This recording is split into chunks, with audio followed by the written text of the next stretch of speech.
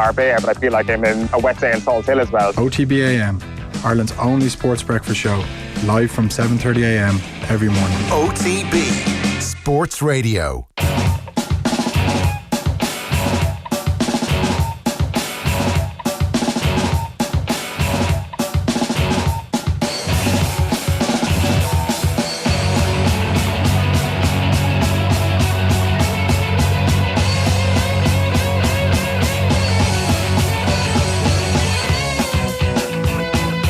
OTB AM. This is OTB Sports Radio. 7:30 Friday morning. Very good morning to you. Nathan Murphy, how are you getting on? Great. Life is good?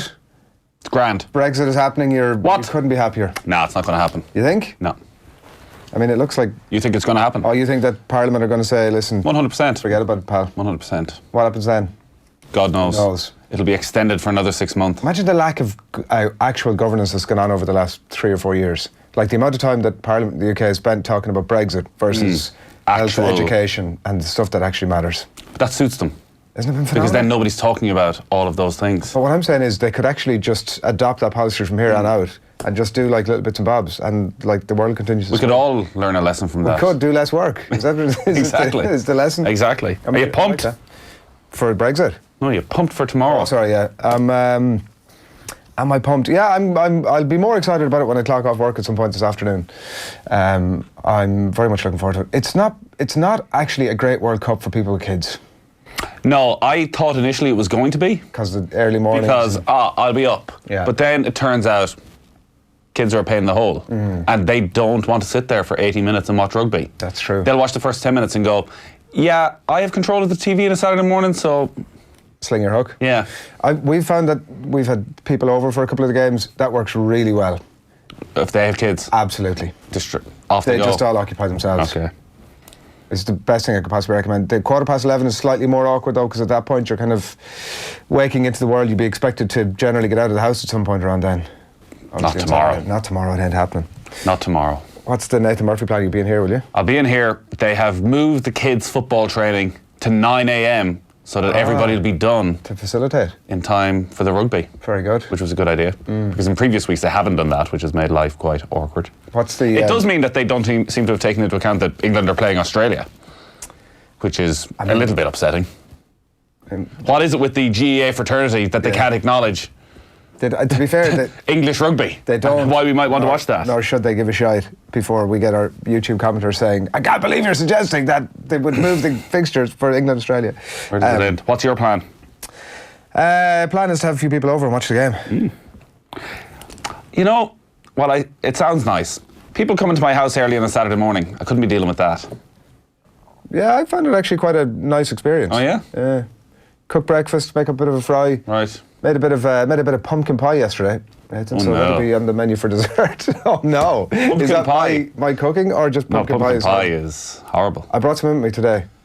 All right. Would you be willing to? I'll taste it live on air. We could do that. Yeah. Right. As soon as I get a few minutes to go. It's not quite Sheahan sushi, but yeah, no, it's pretty good. I mean, I'm not going to lie to you, it's pretty tasty. Your big thing for the weekend, obviously, is you're heading off to Manchester. Yes. Sunday United morning, Liverpool. Obviously, when you become a football commentator, this is probably the game you was having David McIntyre used to wrestle each other for this. And then after about the first 3 seasons, we decided, no, you can have this. Yeah, that's right. You can have this. It has generally been the worst game. I'm not even exaggerating. Of the season. They have been shockers. The game at Anfield last season, which Liverpool won, was a little bit better. I suspect this game will be more like that, where Liverpool will dominate. Like, they can't cancel each other out anymore. Manchester United aren't good enough to cancel out Liverpool. We were chatting to Tomo about it yesterday, but that February game, the 0-0, was a real, it was a bad day for Liverpool. It was a bizarre game, though. Do you remember Manchester United had to make 3 changes in the first half an hour? Yeah. And Roberto Firmino. So it ended up in this real stop-start game and never got into any sort of rhythm. That game in the Merseyside derby, obviously in hindsight now, looked like bad days for Liverpool. And maybe there is still the tradition of Manchester United means going to Old Trafford and getting a point is a good result. I'd imagine Jurgen Klopp's thinking of that has flipped quite dramatically since then, because obviously it wasn't a good point. Things happen differently if they win that game anyways, but you can look back and say, did that game cost them the title? because if they got the extra 2 points, they would have won the league. But listen, Giving them too much respect, is that what you're saying? Well, the feeling around that game was that Liverpool were quite happy to come away with a point. Not that they didn't want to win the game or that United had chances. Just, look, we've come to Old Trafford, we've got a point, we've maintained our unbeaten run, we're still right there in contention. Rather than, we're a far better team than Manchester United now. We should go and win this game quite comfortably, which I think will be their attitude on Sunday. I just cannot see, having been at St James's Park 2 weeks ago for the Newcastle game, how United can get it together, particularly over an international break where an awful lot of the players aren't there. They were in absolute shambles. Like, I was genuinely shocked at how bad they were. I saw them on the first day of the season when they beat Chelsea 4-0, and it was never a 4-0 game. You knew that there were problems there in midfield, but to see how far they'd fallen, like, they were totally outplayed by one of the worst teams in the league. So how they can somehow flip that in 2 weeks, maybe at home, inspired by Old Trafford crowd. I still think, I heard Thomas saying yesterday, I think actually because United are at home, they won't sit back. You think? I just don't think, well, firstly, how can you sit back when you're not good at the back, you're terrible in midfield, you're inviting trouble? All the more reason to sit back. If you're not good at the back, you don't want to leave yourself that exposed. Oh, I don't think United have the quality to sit back. Right. I don't think they have the quality really to have any sort of a game plan right now. I just don't see any way Liverpool don't win this game. Yeah. Well, I mean, it's not as if they're without their best midfielder and they're one of the best goalkeepers in the world as well. I mean, on his day. So it'll be interesting. Phil Egan has a theory about it not being a rout, so we shall see. You feel it might be? What's a rout? Where do we? Is 3-0 a rout? Yeah, that's a rout. Against Manchester United, it's a rout. I think it could be a rout then. Right. We shall see. It's 4:30 commentary on Sunday. Fully live. It's the only reason you're in this morning is to make sure that the plug gets out. 100%. Yourself and Kevin Kilbane, both on the show this morning. There's nothing to talk to Kev about this morning too much, is there? No, well, he's kept quiet during the week. He gave very reasoned analysis, I thought, of the Republic of Ireland's defeat. Didn't single out anybody. Watched it back a few times. Have you watched it back 3.5 times? No, I'm Kilbane's. No, not even his comments. Oh, the actual that he's talking about. Right. I'm struggling to see it. I'm not going to lie to you. No, I too have watched it back, and I'm look, he can defend himself. No better man.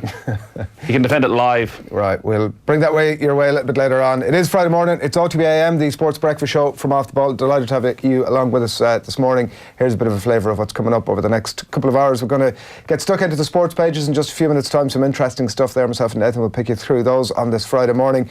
Rugby World Cup 2019 coming your way at 8 o'clock in the company of Ronan O'Gara. So we'll get his thoughts. There's probably nobody better placed to give his opinion on this Rugby World Cup quarter-final on Saturday morning between Ireland and New Zealand. Joe Schmidt hasn't called him, it turns out, but we'll definitely be putting a call into Ronan O'Gara this morning to get his thoughts on that. We're going to talk to Kevin Kilbane to look ahead to the weekend's Premier League, particularly that United-Liverpool game.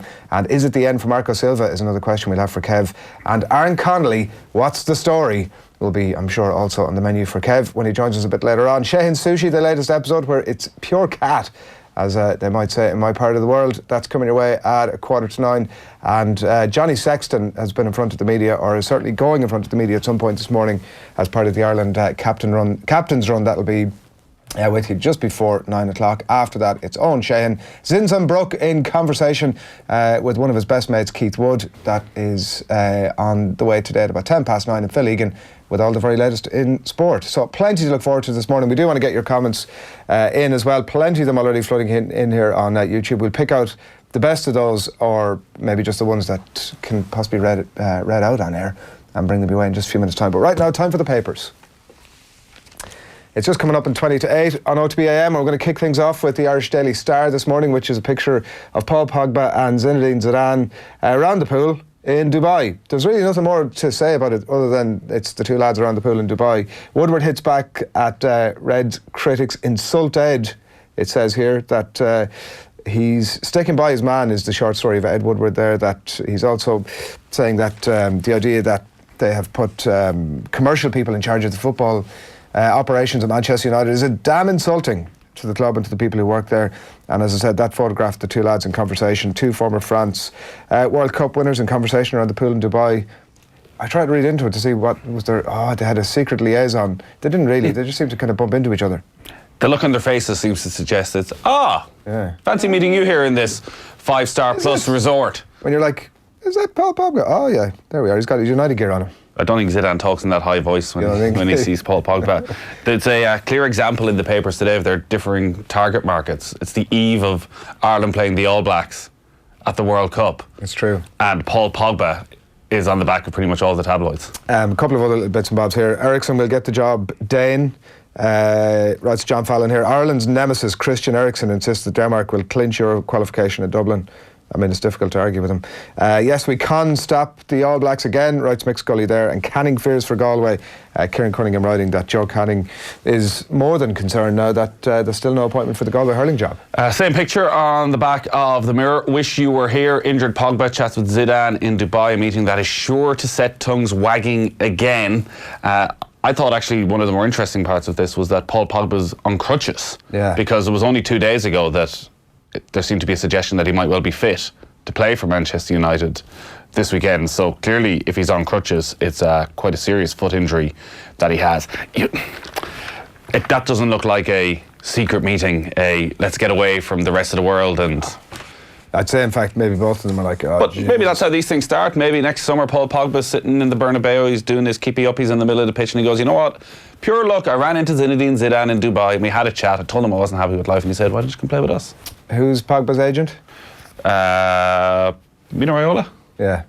I'd say, like, the photograph is it's a pretty good photograph. I mean, pretty decent quality. It's not like somebody hiding in a hedge with an iPhone. Do you know what I'm getting at? I see what you're getting at. I see what you're getting at. Again, Ed Woodward covered. Ed Woodward has hit back at Manchester United's critics and branded them insulting to Ole Gunnar Solskjaer and his staff. This again basically saying that they do have a footballing staff, that he doesn't make the footballing decisions. He basically sent a message out to all the staff saying, we're starting on a new journey. Destination unknown, unfortunately, I guess. And Murray, we've done it so we can do it again. Conor Murray basically saying that because they've beaten the All Blacks twice, why not tomorrow?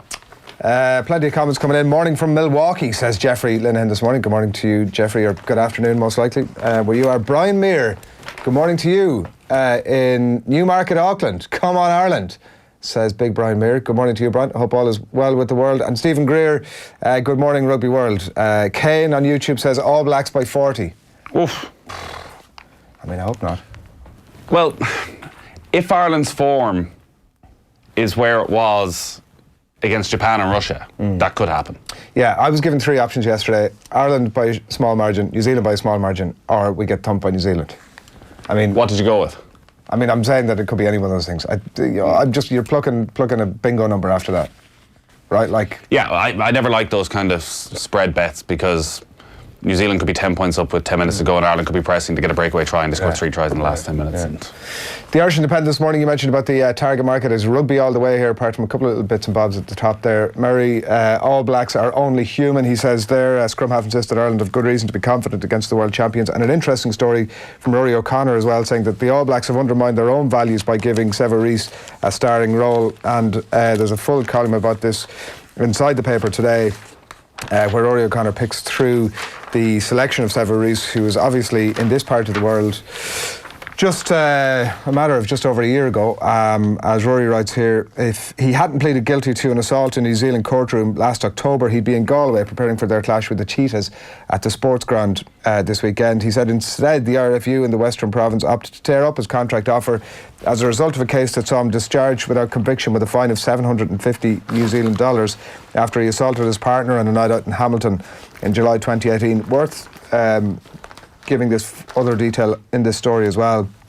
Rory O'Connor writes, according to a police report, Reece told his girlfriend she needed to shut up and listen to him in stronger words before he was seen grabbing her and pulling her to the ground. A doorman intervened, but the victim was left with injuries to her upper face, waist and left knee. And I mean, the nub of the point is that while the RFU felt that Reece's actions did not fall into line with their values, the All Blacks do not appear to have had such concerns. Yeah, it's a good piece by Rory, and the language around this in the various newspapers is interesting, and maybe it was a difficult to write in terms of how the court case went and that he was discharged. He initially pleaded guilty. So, for example, Jerry Thornley in the Irish Times, when he's talking about Reece, says he was set to join Connacht until they pulled out of the deal after the winger was cleared of a conviction after a court case for a domestic violence incident. Yeah. But obviously he had previously pleaded guilty, and at that case it was brought forward that Connacht were going to cancel his contract if he was found guilty. Now, it turned out, even though he wasn't, that they still cancelled the contract. Yeah, there's also been some weird stuff that's come out afterwards. I had heard before about this comment from a couple of different sources. Rory O'Connor puts it here as a quote from Steve Hansen that it's not a gender thing, which is kind of bizarre to me, because in the first instance, it totally is. But in this incident, it totally is. Yeah, but as a thing, it's generally a gender thing. But also, even forgetting about that for a second, let's say it was two fellas or two women. What difference would that make? What I'm saying is, this is not something to be endorsed, no matter your gender. No, but this is professional sport where you go around in circles and make whatever excuses you can to get your best players on the pitch. The no dickheads rule, it challenges the New Zealand have, and apologies for the language, but the New Zealand team have a no dickheads rule that they, as they talk about, they weed out any egos that are there early on, and they get rid of them, essentially. It's interesting when you actually read through the quotes. So this culture was built, as Rory writes, by mental skills coach Gilbert Enoka. The World Champions Value System is a topic covered in many leadership books, and he has some quotes from it.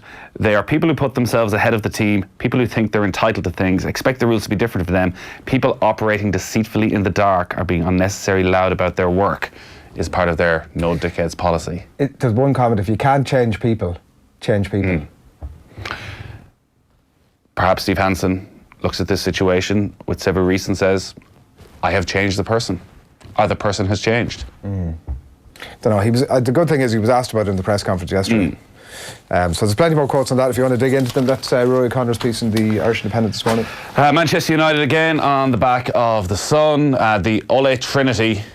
Ed's three objectives. Manchester United come out fighting in the defence of Ole Gunnar Solskjaer, and also a line on Aaron Connolly. Obviously, Graham Potter, the Brighton manager, was asked about Aaron Connolly yesterday. Says the club are going to have to handle him with care, which means he might not be even in the team against Aston Villa tomorrow, despite scoring twice against Spurs. You have to remember he's 19 years old. In the last couple of weeks, he's made his Premier League debut and his full international debut. He's had a lot of excitement and a lot of exposure. He can deal with it, but it's more the way he plays football. He's a sprinter, so we just have to make sure he's able for it. So it seems to be actually physically they're thinking he's been to Georgia, he's been to Switzerland at 19. It's sound policy, isn't it? Generally that happens anyway. The difficulty that we have with doing that, and he's bang on evidence of it, is that we have nobody else. The luxury to ease them in. We're well, you got to play, so away you go. But it would seem that that's a fairly wise policy. You could argue he was eased in. He was used off the bench against Georgia when he probably should have started. No, you're not convinced? No. I think that if we had the luxury of having a bunch of players, we don't. We've no luxury. We know this. So needs must. From an Irish point of view. But at club level, they can take a different view. The Irish Examiner this morning, again, it's very much rugby all the way here. A point to prove. Ronan O'Gara on the greatest test of Joe Schmidt's career.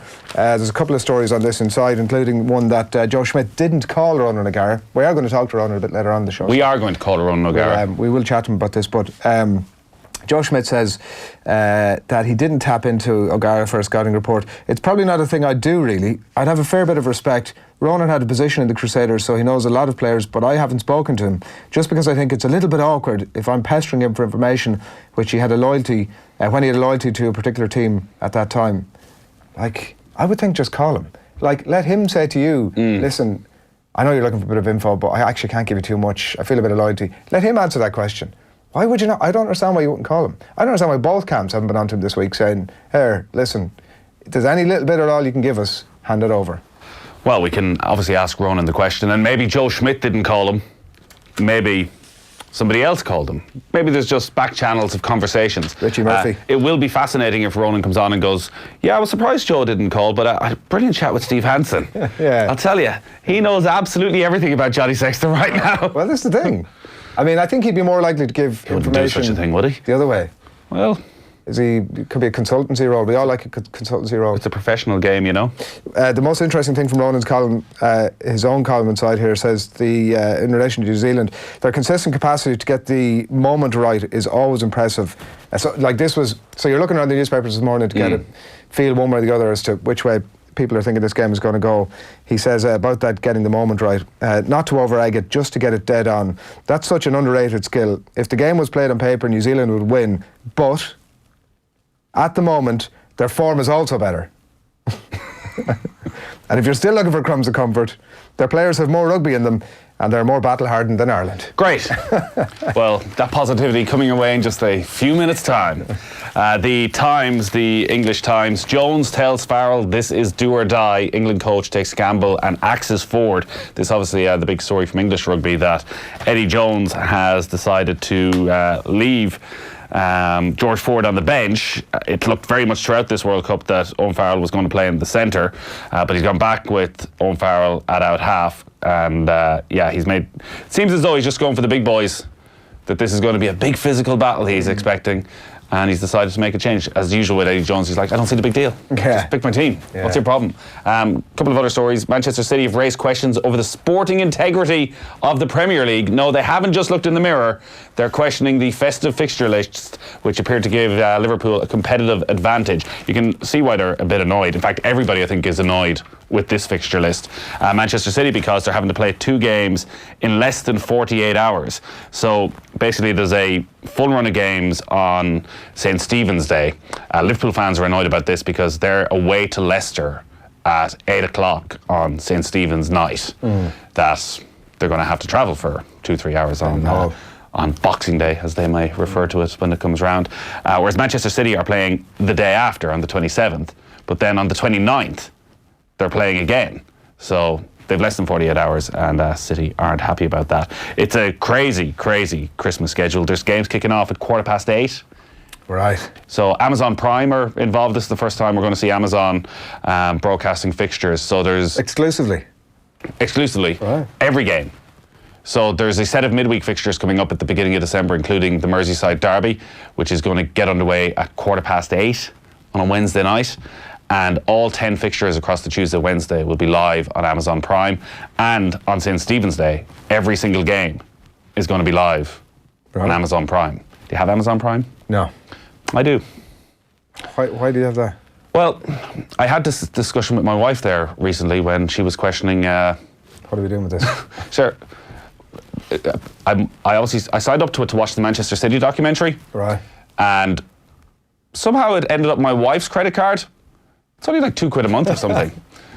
So now I'm just stuck with it. Yeah. Because I'm like, for £2 a month, you know, the opportunity cost of me spending an hour trying to figure out how I cancel it. And now they have these games. You're probably still subscribed to that I'm as well Sport to 11, was it? Well, I was, and then I eventually, like, I'm clearly an easy target for all these things because Magler's dream. Until something came up on my phone randomly going, do you want to cancel these subscriptions? Yes, I was like, yes. I was like, what?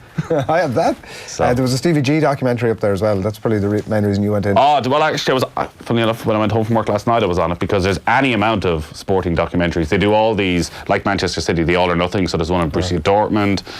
There's loads of American clubs they've done it. Generally quite interesting. Right. Like the Manchester City one, again, I think was destroyed by the fact that it's in English. So Pep Guardiola's team talks and his behind-the-scenes conversations with Mikel Arteta are generally in English, and they're the most simplistic conversations you've ever heard. Because they're in English. Well, I think they're clearly putting it on for the programme. There's no way, I'm not exaggerating to say that when they were playing Liverpool, they showed a clip of Pep Guardiola turning to Mikel Arteta in his backroom staff and going, their front three are really dangerous. We're going to have to watch them. Like, clearly they had all their proper conversations in Spanish. You've just played in Europe the night, that week. You might have a knock-on impact in your domestic form. Might be. Exactly. Simple. One more story from inside the Times. James Maddison. Oh, yeah. So Brendan Rodgers yesterday gave a strong defence of James Maddison after the Leicester midfielder was pictured at a casino after pulling out of the England squad because of illness. Maddison was photographed apparently gambling in a Leicester casino while the England team were losing their Euro 2020 qualifier in the Czech Republic. But Rodgers insisted yesterday that his player had gone out to watch the second half of the England game because he couldn't visit his parents who were at the England game expecting him to be playing. So he had the flu. He was sent home because he had the flu. Obviously, he made a miraculous recovery. He's sitting watching the first half going, like most people, this is a load of crap. I have a load of money. What am I doing wasting my time watching this? Brendan Rodgers seems to suggest that when that thought came, it was, maybe I'll go over to my parents' house. He's like, damn, I can't go. They've gone to watch me in the match that I'm not playing in. And thought, you know what, I'll go to the casino. I don't see the big deal. I honestly don't see the big deal. People and the English media seem to have very quickly latched on to James Maddison as someone, maybe they see his potential as a footballer, which is clearly massive, but that maybe there's I don't want to say playboy isn't the right word. Well, he's a bit of a gob on him, hasn't he? He does, but like I would say in a really good way. Like he's got a big personality. His post-match interviews are always brilliant. Like kind of both in terms of the emotion he has when things go well, but also quite honest.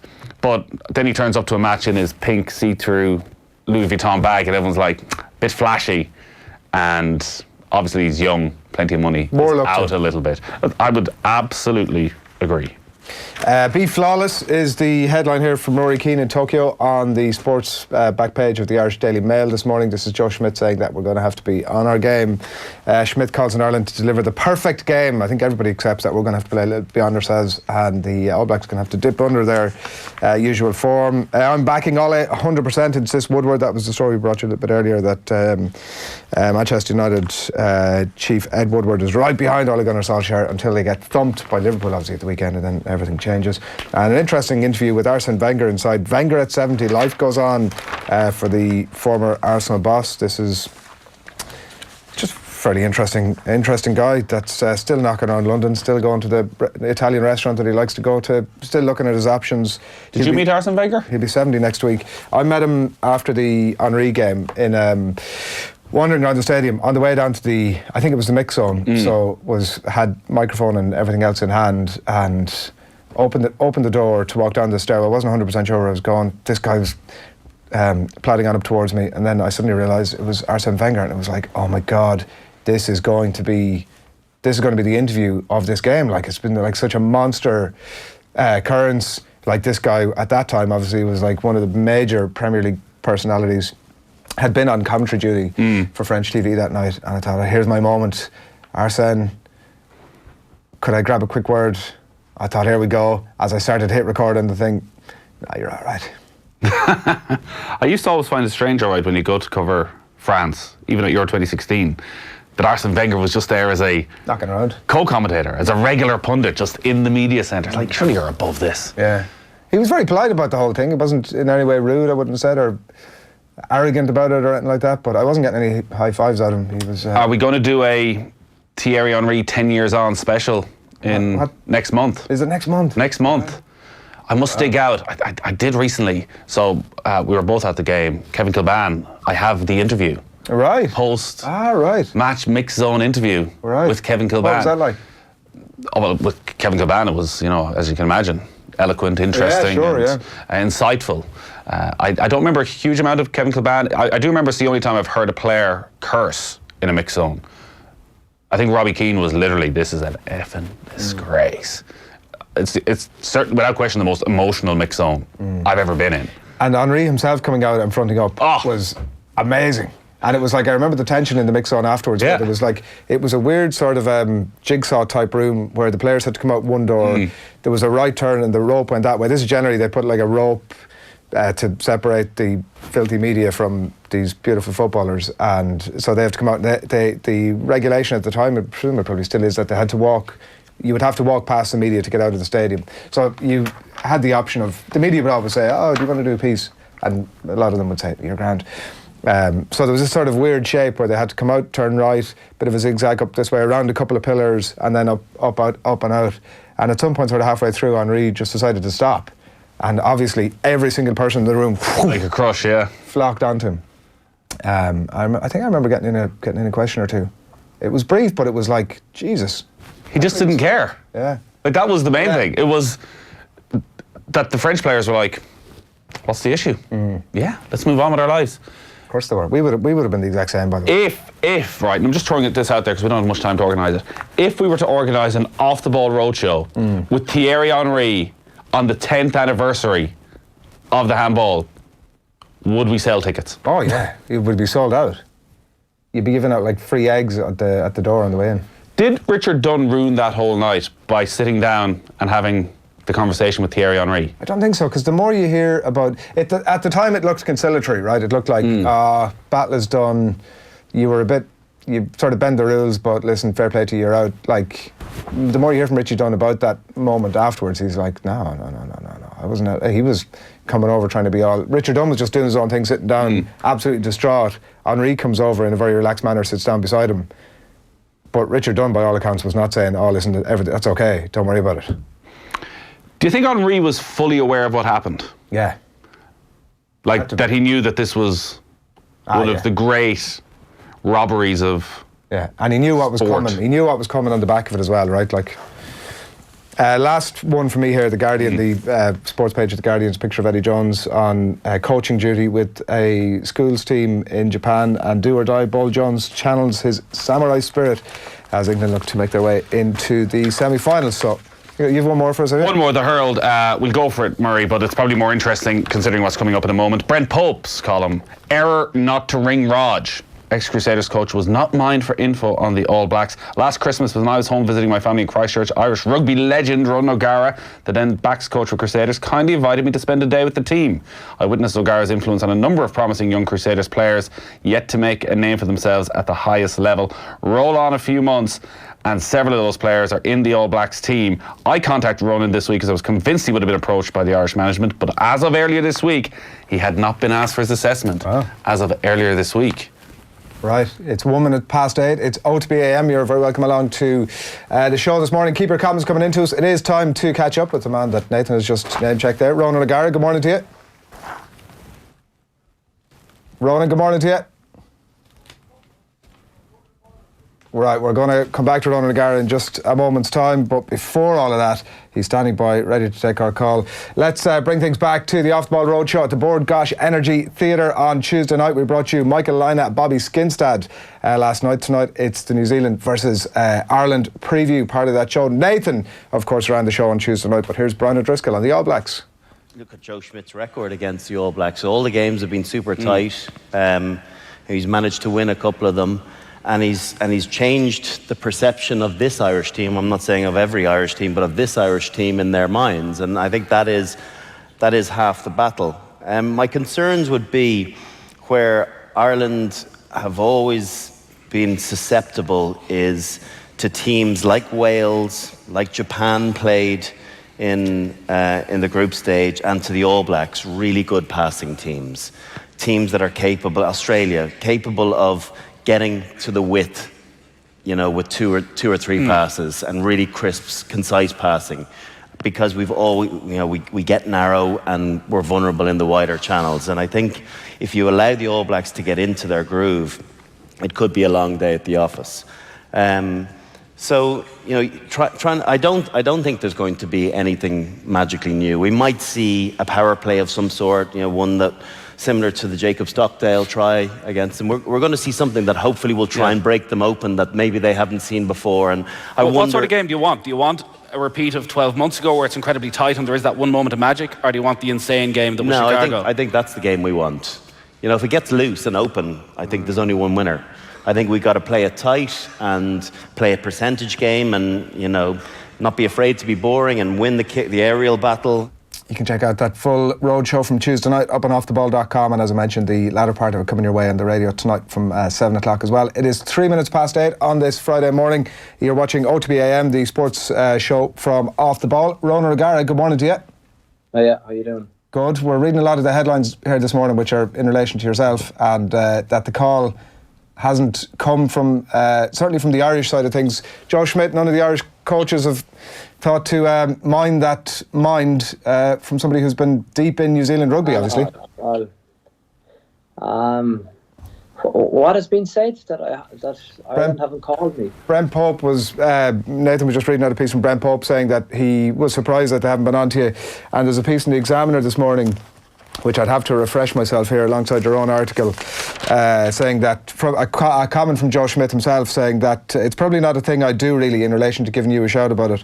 I've a fair bit of respect. Ronan had a position in the Crusaders, so he knows a lot of players, but I haven't spoken to him, just because I think it would be a little bit awkward if I'm pestering him for information when he had a loyalty to a particular team at that time. Yeah, I think that's a good comment, to be fair. I think a very strange, I suppose, game for me tomorrow, and the fact too that Ireland's my country.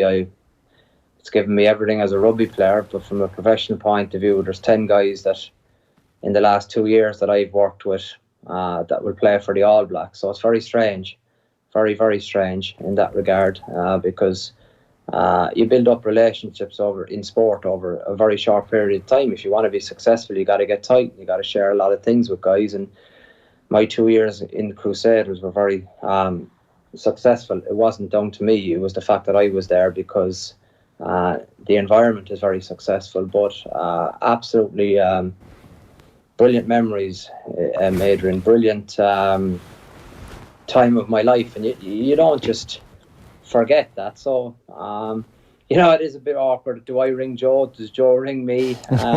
It's not too late. No, but I speak to him on a lot of there's always communication from, I know Simon used to be well. I got friendly with Greg Feek. He's from New Zealand. His wife is from Canterbury. Met him when he regularly came back. Andy Farr is a great guy. Speak to him about rugby. Joe Schmidt speak to him frequently about rugby. But I think the last thing that I would want to be known as is a Judas, in terms of the fact where, of course, you'd be shouting for Ireland, but at the same time there'd be a bit of pride in watching how certain young backs play for the All Blacks. I've no problem stating that. That's the reality of what I stand for. So you weren't taking a call from Steve Hansen either? Exactly. No, he was cold to me. In my time down there, and I think I kind of made up with him year two maybe down there. But I think at the start, I think he struggled to get his head around what was I doing there, particularly with the World Cup coming up, and particularly with Ireland going so well. And but I shook hands with him, and kind of made it clear that I have ambitions of my own to try and coach at the highest level, and I thought that the Crusaders was a great club to be at, and he appreciated that. But I think when you're a test coach, the one thing you can't beat is experience, and all these guys are hugely experienced coaches. So I don't think Joe thinks he's a know-all. I think it's really respectful of him, the fact that there isn't a man to pour through a videotape more in the world than him. And from my point of view, I just think it's respectful that he's not looking for, but he doesn't require my opinion, because he can make his own opinion. But I suppose I had the advantage of working with them around the clock and going with tour with them and seeing what these guys stand for. But they are no different Irish players. That's the greatest thing that I've taken out of it, and I think it's such an advantage for me going forward now that previous Irish teams were mentally beaten. It was like we were going playing guys with 4 arms and 4 legs when we played the All Blacks, but that isn't the case, and this current crop has showed that. So tomorrow is going to be so exciting, and what an opportunity, and this is what we wanted, and it's showtime now. And I think this is what it comes down to, because there has been a bit of negativity in the last few months, but it's qualifying time, and I think it's two of four teams that can win the competition going at it tomorrow. Yeah, just before we leave that one, because I know obviously Joe Schmidt has said about the respect thing, and you've kind of reiterated that here. For me, it's a call that, can you give me any information? If there's no conversation you want to have, that's fine, let's leave it there. But what you're saying is there's been nobody from either camp been in touch to say, listen, give us a bit of a steer here, one way or the other. No, because it's, these guys are, know exactly what they're doing. As in, I've had contact with a few players on both teams, but it hasn't been tactical. Right, a bit of ribbon.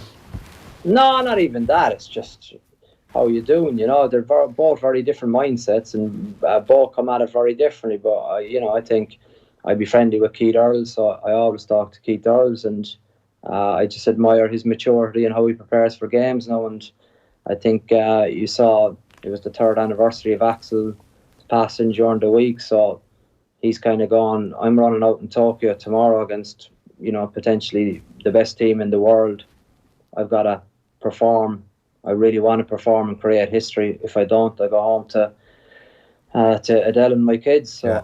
I think that's nice. Lovely comment.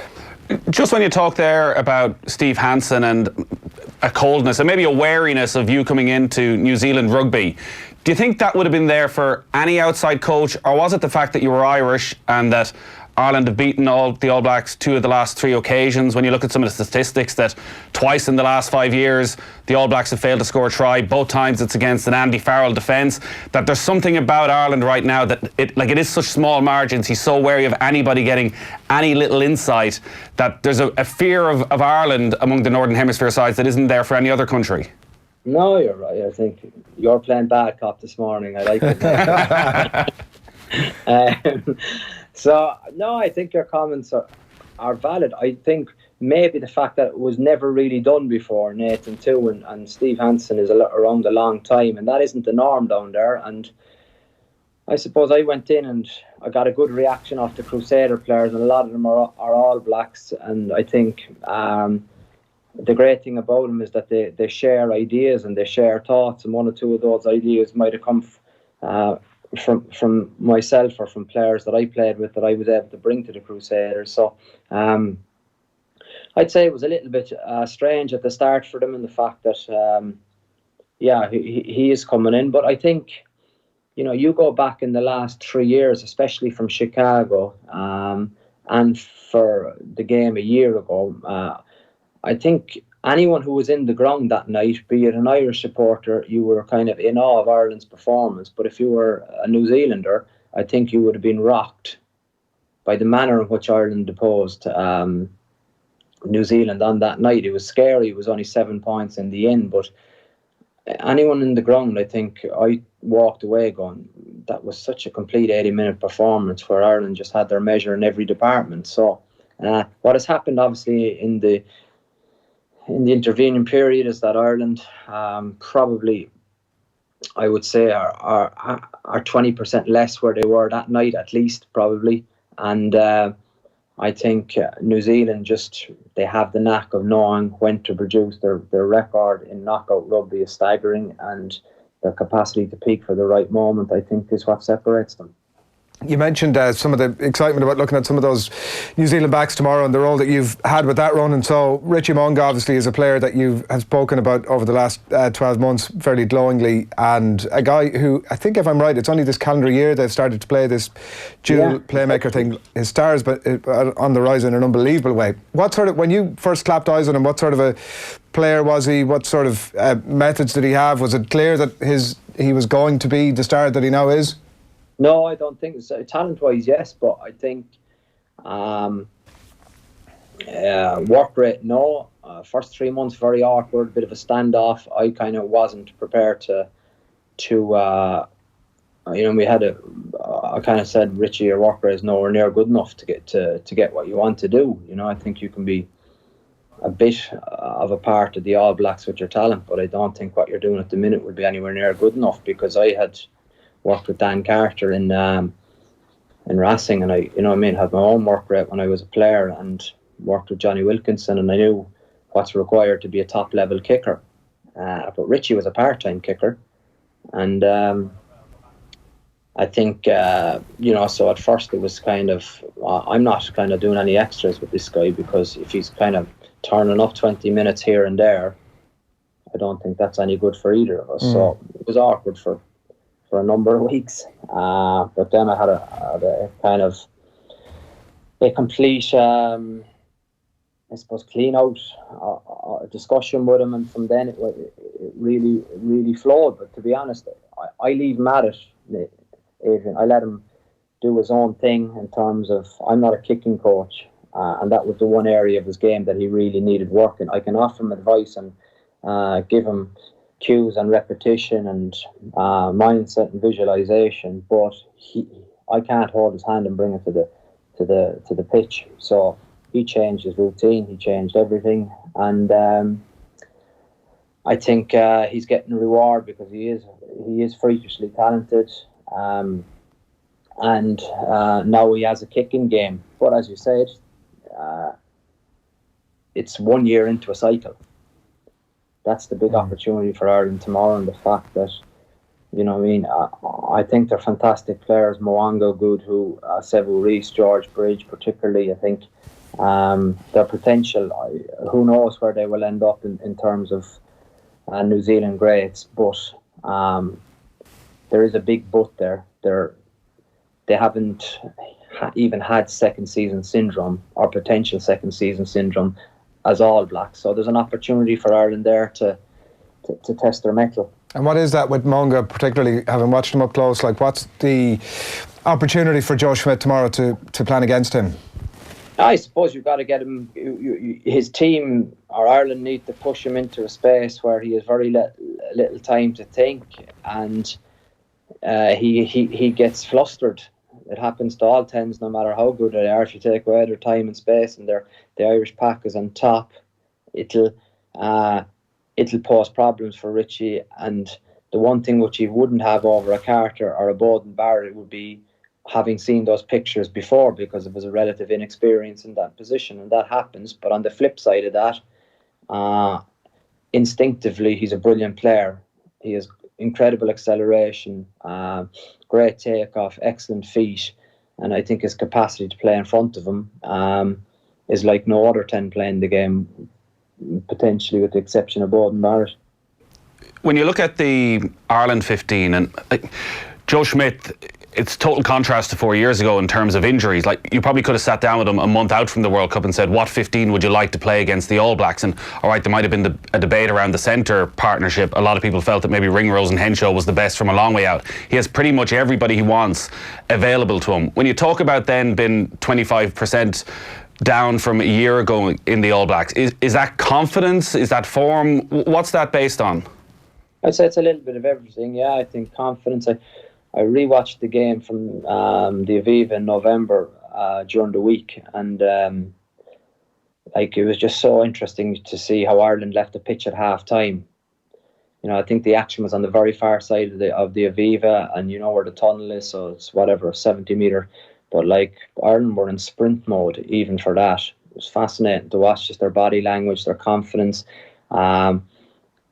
You know, I don't know, it's a humidity, but their skill level seems to be a little bit, I think, inferior to where it was maybe 12 months ago. Even in this World Cup, there's been a few passes more often have hit the ground, where you don't really see that ever. Ireland are very, very accurate normally, but I think that has waned a little bit. But it's not. I don't think it's the skill set issue. I think the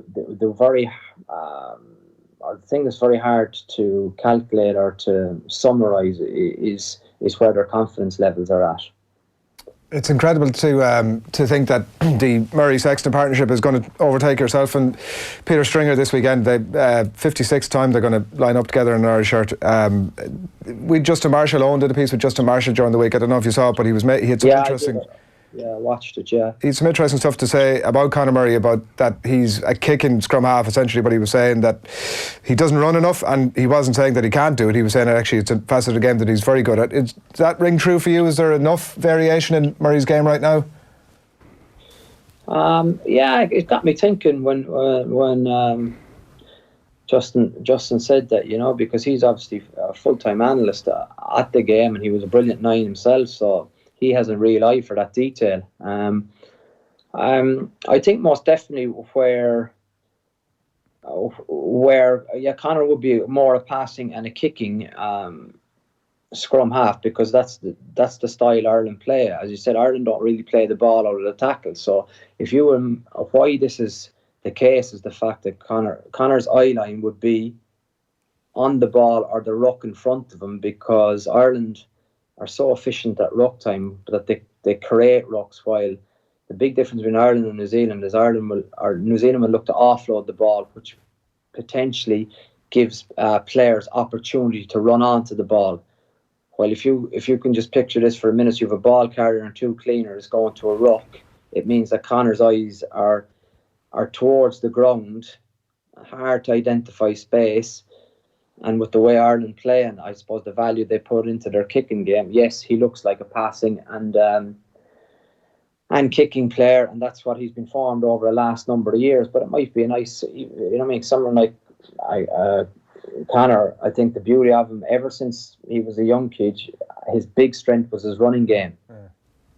I think he's got huge value in probably applying Joe's principles around the ruck and the kicking game, but I think it could even be a timely reminder for himself to have a cut tomorrow. That's that's how it works. I don't think, because you know what I mean. Justin Marshall said that it could be the accelerator for him to bring it into his game, but you'd be surprised how it works too. It might have been something he hadn't thought of, and he kind of said, okay, yeah, I'm going to have a cut tomorrow. Yeah. I mean, it could be one of the, if you buy the rope it up argument, and I don't know that you do, reading some of your comments this morning about the team selection, but if you buy that argument, that could be one aspect of it, that we see a slightly different game from Murray maybe on Saturday. It's very hard to do that if you're focused on a ruck policy, which Ireland are, Adrian. That's the big thing. But and that won't change tomorrow on. Is that what you're saying? No, I don't think so. I don't think we saw shoots of it in games where Ireland became, I think, really focused on playing the ball out of the tackle or offloads. But I think Ireland are around 3 per game, and New Zealand could be over 25. Yeah. It leads to a far higher error rate too, if you understand me. But if you control the ball, that's where New Zealand are peerless. They can still mix that up with like the power plays, like we would have seen some of them. You mentioned the game in November, like the Stockdale try where they have that kind of the line out and the reverse pass where they run back down the blind side. Exactly, they're all power plays, but they're set plays. That really doesn't mean that your 9 is running, or it doesn't get an opportunity because you're sticking to a 3 or 4 phase play that will hopefully bust them on the 4 play, which is very different to your 9 having a go. But I don't think that's tomorrow will be where you need big players to step up. There's no doubt that, Connor is one of 5 big players for Ireland, and I think he's done well against them in the past. He'll enjoy playing against Aaron Schmidt, and if he gets an advantage there, he'd think Ireland will win. The only real test we've seen for the All Blacks so far, in fairness, was a big test, was on the opening weekend against South Africa, and the way South Africa started that game, the intensity, the pressure they put on the All Blacks. Is that the approach Ireland need to take? Obviously South Africa didn't get the tries that probably their dominance deserved, or maybe I'm just not giving enough credit to the All Blacks defence. Like, are you expecting a sort of composed 80-minute performance from Ireland, that they try and grind it out like a year ago? Or do you actually need to go hell for leather in this first 20 minutes, try and inspire yourself and hope that they crack? Yes, great question. Because I actually don't know, because New Zealand have changed their defence, and New Zealand have copped on that their passive defence I don't think would win a World Cup, so they've changed that. So usually where controlling the ball, which Ireland are really good at, would have led to penalties against New Zealand. But now New Zealand are very disciplined. Well, in the last few months they have been very disciplined, and they've have more line speed and leaving a lot of players free on the outside, which is a very atypical thing for New Zealand to do. They were always an up and out defence, always, over the last 100 and odd years. But in this World Cup, and I think it was always part of their plan, they have changed it, and now they are getting off the line hard, they're chop tackling, and they're not giving away many penalties. While you could see in the games Ireland did well against New Zealand, their capacity to control the ball and New Zealand to give up the game, and A, let the penalties, or B, let the tries. But I don't think the New Zealand defence is anywhere near as passive as it has been. So, that's what makes it the game tomorrow. From a tactical point of view, so interesting is where are they going to go after each other, and how are they going to go after each other? Because I think discipline is something that Ireland are really good at. I think New Zealand are getting better, but the penalty count will also have a massive impact, and also like who's going to get carded. The advantage to teams when cards come into play is huge, and people, I think, maybe underappreciate that also. Yeah. All right. Before we let you go, who wins it? I would say with history, I think New Zealand. But I think, this is what it's come down to now from Ireland's point of view. I think for 3 years, they have been so consistent, hit a few belts along the way, but I think, you just love to be a player to get that opportunity to play it. It's just one of these games that can change everything for everybody associated with Irish rugby. So it's going to be a great day. Yeah, it's going to be absolutely epic. Ronan, thanks a million as always. Catch up next week. Cheers. Cheers, lads. Thanks for the chat. Thank you. Live on the line there from France ahead of the big game tomorrow. Interesting stuff. I still think make the call. Like, make the call and let Ronan say, look at, no, not for me. Yeah, sure. You're putting him in a very difficult position, though. If Joe Schmidt calls you and says, listen, you've taught Richie Mo'unga everything he knows. If we try this, how do you think he reacts? Like, well, you know, I have a relationship with him. I have a trust with him that I'm now having to break because I have to pull on the green jersey. Yeah. Whereas, you know, I'm a professional. Yeah, but I just think that let him say that. Like, there's no skin off Joe's nose to go, listen, grand, listen, understand, actually thought that might be a reaction, but had to make the call anyway, because it's the biggest game in Irish rugby history. Like, do you think it'd be no better man? Do you think that's the poker face O'Gara there? No. And he comes on next Wednesday and goes, you know what, yeah, Joe rang me. We spoke for 2 hours. It was my game plan. Just after I spoke to you there. I advised it all. I was watching and he thought, I do like that Eoin Sheahan has such influence now that not only was Ronan O'Gara watching his interview, that he was also suggesting that maybe Conor Murray had seen the interview with Justin Marshall and realised, actually, this guy is onto something. Yeah, he's right. This guy's onto something. Credited when Owen's interviewing him afterwards. It's all down to you, pal. You did it. I was lying in bed in the hotel room going, this isn't happening for me at this World Cup. And then I saw that Justin Marshall interview and I thought, you know what? Finally, it has clicked. Yeah. And that cat stuff is really good as well. 26 minutes past 8 on this Friday morning. We're going to talk football with Kevin Kilbane in just a few moments' time. It's OTB AM, the sports breakfast show from Off the Ball. Delighted to have you along with us. Plenty of comments coming in. Kev, in just a minute, first of all, John Giles on Seamus Coleman. I think what happens with Seamus is with him being captain, I think he takes too much on himself. Nathan, I mean, the main thing contribution you make as captain is to play well yourself. And I think with Seamus, I think he knows we're not playing well, and he was getting the ball in full back positions a few times. And in my opinion, he was trying to do what the midfield players weren't doing. Right? It's not right, but I can understand where he's coming from. He's such a good lad that he thinks I've got to get it going because I'm the captain. And as captain, as I said before, all he's got to do is play well himself, do the right things. But I can understand where he's coming from because he's such a good lad. He's so willing to do well that he would take something on himself in the right back position that actually is a minus instead of a plus. But doing it for the right reasons. He obviously ended up getting sent off, and but he's been unlucky on that with the handball. But there was the skirmish with Granit Xhaka, and it's been similar enough at Everton. He's now the Everton captain as well, getting in referees' faces. Just seems quite angry quite a lot of the time at the moment. And interesting, over the last 24, 48 hours, listening to some players who played with him and would know him, and saying it's quite unlike him that there seems to be some sort of a frustration. It would be frustrating because he knows they're not playing well. You think it's that they're not playing well, and not that maybe his form isn't where he'd want it to be? No, he wouldn't be as good at his form because the other's not playing well. In other words, he's taking too much on himself. Like he thinks, I've got to do it. I've got to get in there. I've got to do some of the things that the other lads are not doing.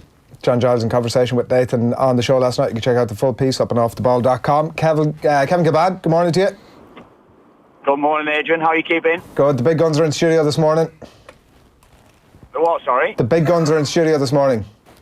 Oh, yeah, exactly. The big players. Sports broadcaster of the year and all. There we go. Thanks, Kev. Where do you want to start? Where do I want? You tell me where you want to start. I don't know. There's been so much talk in the last 36 hours, whatever it's been since the game. I don't know, it's just ultimate disappointment, wasn't it, from the end? Because we had a crack at doing something special on Tuesday evening. So it has to be all about the Denmark game now, and hopefully we keep everybody fit ahead of that. You're copping a bit of heat. Jesus, come on! I make me funny. Like you say one thing, and you get a bit of stick. It was a basic error. That's all it was that the lad made that cost us the goal, or led to the goal, should I say? It didn't necessarily cost us directly, but indirectly it did. It's the sort of little things, basic things you need to learn as a kid. If the ball goes dead from a throw-in, you attach yourself onto the deep line centre midfield player, stop him getting on the ball. It wasn't as if it was a quick throw-in that was taken. The ball goes out of play, and there's the ball's thrown back in quickly. There was more than enough time for one or the other, either Collins or Connolly, to get themselves into position. Collins was actually in position to force the ball backwards. That's what it is. The amount of thing that makes it's quite an easy thing, really, when you're learning the game to do that sort of basic thing right. But that was it. It was again, it's something that you learn as a kid. That's all it is. It's no big deal. But I'm sure it's something that Mick looks at when you look at finer detail in games. I was watching it back yesterday, and obviously watch it back with your comments in mind to try and find that nuance in it. Like, it did look like a harsh comment to me because like, even though we lost the ball at that point, and I appreciate your point, he could have been in a slightly different position, but in terms of the concession of the goal, like, we had plenty of time to be well set. No, that was my point though. I said other things led to it as well, though, Adrian, but what it is, you keep everybody behind the ball. That's what I'm saying there. It wasn't as if it was a quick throw-in that they took quickly. Yes, James McLean put the ball out to play, and yes, there was other things that happened after it. But it was something that you look at, minor detail in game, that, look, you get everyone behind the ball as quickly as possible. You switch on as soon as the ball goes dead. You're not playing. You know, we're not playing for fun now. It's one of those things where this is a big moment in the game where if he locks on quickly, if he switches on quickly, it wasn't as if he needed to sprint. All he needed to do was jog back into position, but the position wasn't taken quick enough, and they broke out. In fairness, it's kind of a minor thing, but it's a little minor detail that managers and coaches look at that lead to goals, and that's what happened. Look, a large part of, I guess, the backlash, as you'll have seen, no doubt, when you went online, was because it was singling out Aaron Connolly, and you touched the other players who were involved in the several mistakes in and around that goal, and like one of them was James McLean kicking the ball out of play, as seems to be a consistent factor. And like, James McLean has played probably heading for 70 times for his country now. Like, when James McLean is still doing things like that and giving away possession cheaply and not looking to involve the midfield at times, like, is he somebody whose position we should be looking at as well ahead of that Denmark game? Yeah, but Nate, right, okay, I'll take your point on it. Of course, nobody wants to kick the ball out of play, but you could see what he was trying. He's actually trying to turn the defence to try and put Connolly in a quick free kick. It didn't go right because he mishit the ball. That's what happened. You're not defending it, but that's what happened. He made a mistake. Connolly made a mistake by not switching back on into position. Jeff Hendrick, or whoever it was, made the mistake by not making the challenge. But all these little things led to the goal. That's what happened. James McLean has been struggling for a while now, hasn't he, in an Irish shirt? Of course he has. I think everyone can recognise that. He's not been producing the form that we maybe saw 2 or 3 seasons ago, and he's not providing that spark, and I think he'll know that himself. He doesn't need to watch that game back to see that was a mishit pass that went out of play that led to the goal. But that's the sort of thing that's costing us at the moment. That's why we're not playing well. We're playing within ourselves. There's a nervousness, there's an edginess around the team, and that's ultimately why we are probably in the position where we're having to go and chase the game against Denmark a little bit now, when we could have made it easy for ourselves if we'd have got the right result, probably in Georgia. That nervousness, that edginess that's around the team, is that not exactly what Mick McCarthy was meant to get rid of? That a year into the job, that the impact he would have on these players in the dressing room, the way he could, the mindset he brings, just the general boost he would bring, that, like, is it any better than it was a year ago? Well, the two performances, probably not. I think there was certain spells in the game in the second half against Switzerland, I felt, where there was a little bit of positivity. There was actually some decent play in the game, which we hadn't really seen across the game in Georgia. We look well organised. That's the one thing I would say. But I think as a defence, we've always looked well organised, because we're not going to be too dislodged in the game. But if you're looking for, are we seeing a vastly improved performance from a year ago? I'd say no, of course we're not. But you don't need me to say that. You know that. You know the answer to that yourself, Nathan. You've seen enough of the team. In terms of nervousness, that's been around the team, I would say, probably for 10 years. I think we got the initial burst under Mick when Mick came in, the Georgia games and things like this, where we actually, it was positive at home. You're coming away from the game looking for a bit more. Even the Switzerland game at home, the last 15 minutes, you're coming away from the game when you've got that buzz again for an international. But ultimately, it was always going to be judged on these last few games, particularly these last 2 games. The Georgia game was a disappointment, I think, because I don't think they're as good a side as perhaps they have been, and I think there's a real chance to go to Georgia and get a win. But it was always going to come down to these last 2 games, Switzerland away, which we never got going. But Mick's probably right in the fact is that that game was not probably going to define us. It was always probably going to come down to that last game against Denmark anyway. And there is a chance, of course there's a chance, but the more that we build up the negativity around it, the more that we build up that, he can't do this, he can't do that, that affects the psyche of the players. No matter what anyone says, that we're all talking constantly about how a certain player can't do this. The players have got to maybe stand up and be counted now. They've got to try and block out what you, I, and what everybody else is talking about, what they're reading, what they're listening to, because I guarantee that's one of the major factors that's affecting the team. And as much as we don't want to say that, look, or we want to comment on the performances and say yes, we're commenting on individuals, we're commenting on the team itself. We're probably affecting what's going on, and that's. I referenced yesterday what Ronan O'Gara was saying to you, Nathan, about if the team's not playing well, they read more, they hear more, and that's ultimately what's happening now. And players are playing well within themselves, and we're not seeing performances from players at all. No. Yeah, like in some ways, Kev, when you talk about, like, we're talking now about the last 10 years, right? Like in terms of Irish performances and the range of managers we've had over that time, some of whom themselves would have been driving that, a lot of that negativity, it strikes me as well. But like if things haven't changed greatly over that time, and we've obviously had at various points the calls to get rid of Trapp, the calls to get rid of Martin O'Neill, and obviously we know the situation with Mick McCarthy, but if things haven't changed greatly in that regard, right, and they haven't, I think we can all accept that looking at the game the other night. What's the way out of this? Like, we're surely kidding ourselves to think that if Stephen Kenny comes in, he's going to suddenly wave a magic wand and things are going to get better. Well, I think there'll be at least there is a process in place going forward where we've got a manager coming in that's going to take over, and with the hope that I would think, if and when Stephen Kenny takes over, that we are going to have a manager in place for a couple of campaigns, that he's going to be given time to implement his style, to try to gain the confidence of the players, so they have the trust in him that his methods are actually going to take the team forward. And I have the belief that that's going to be the case. I'm not judging it from 2 or 3 under 21 performances, although he's got a kick out of those 21 players.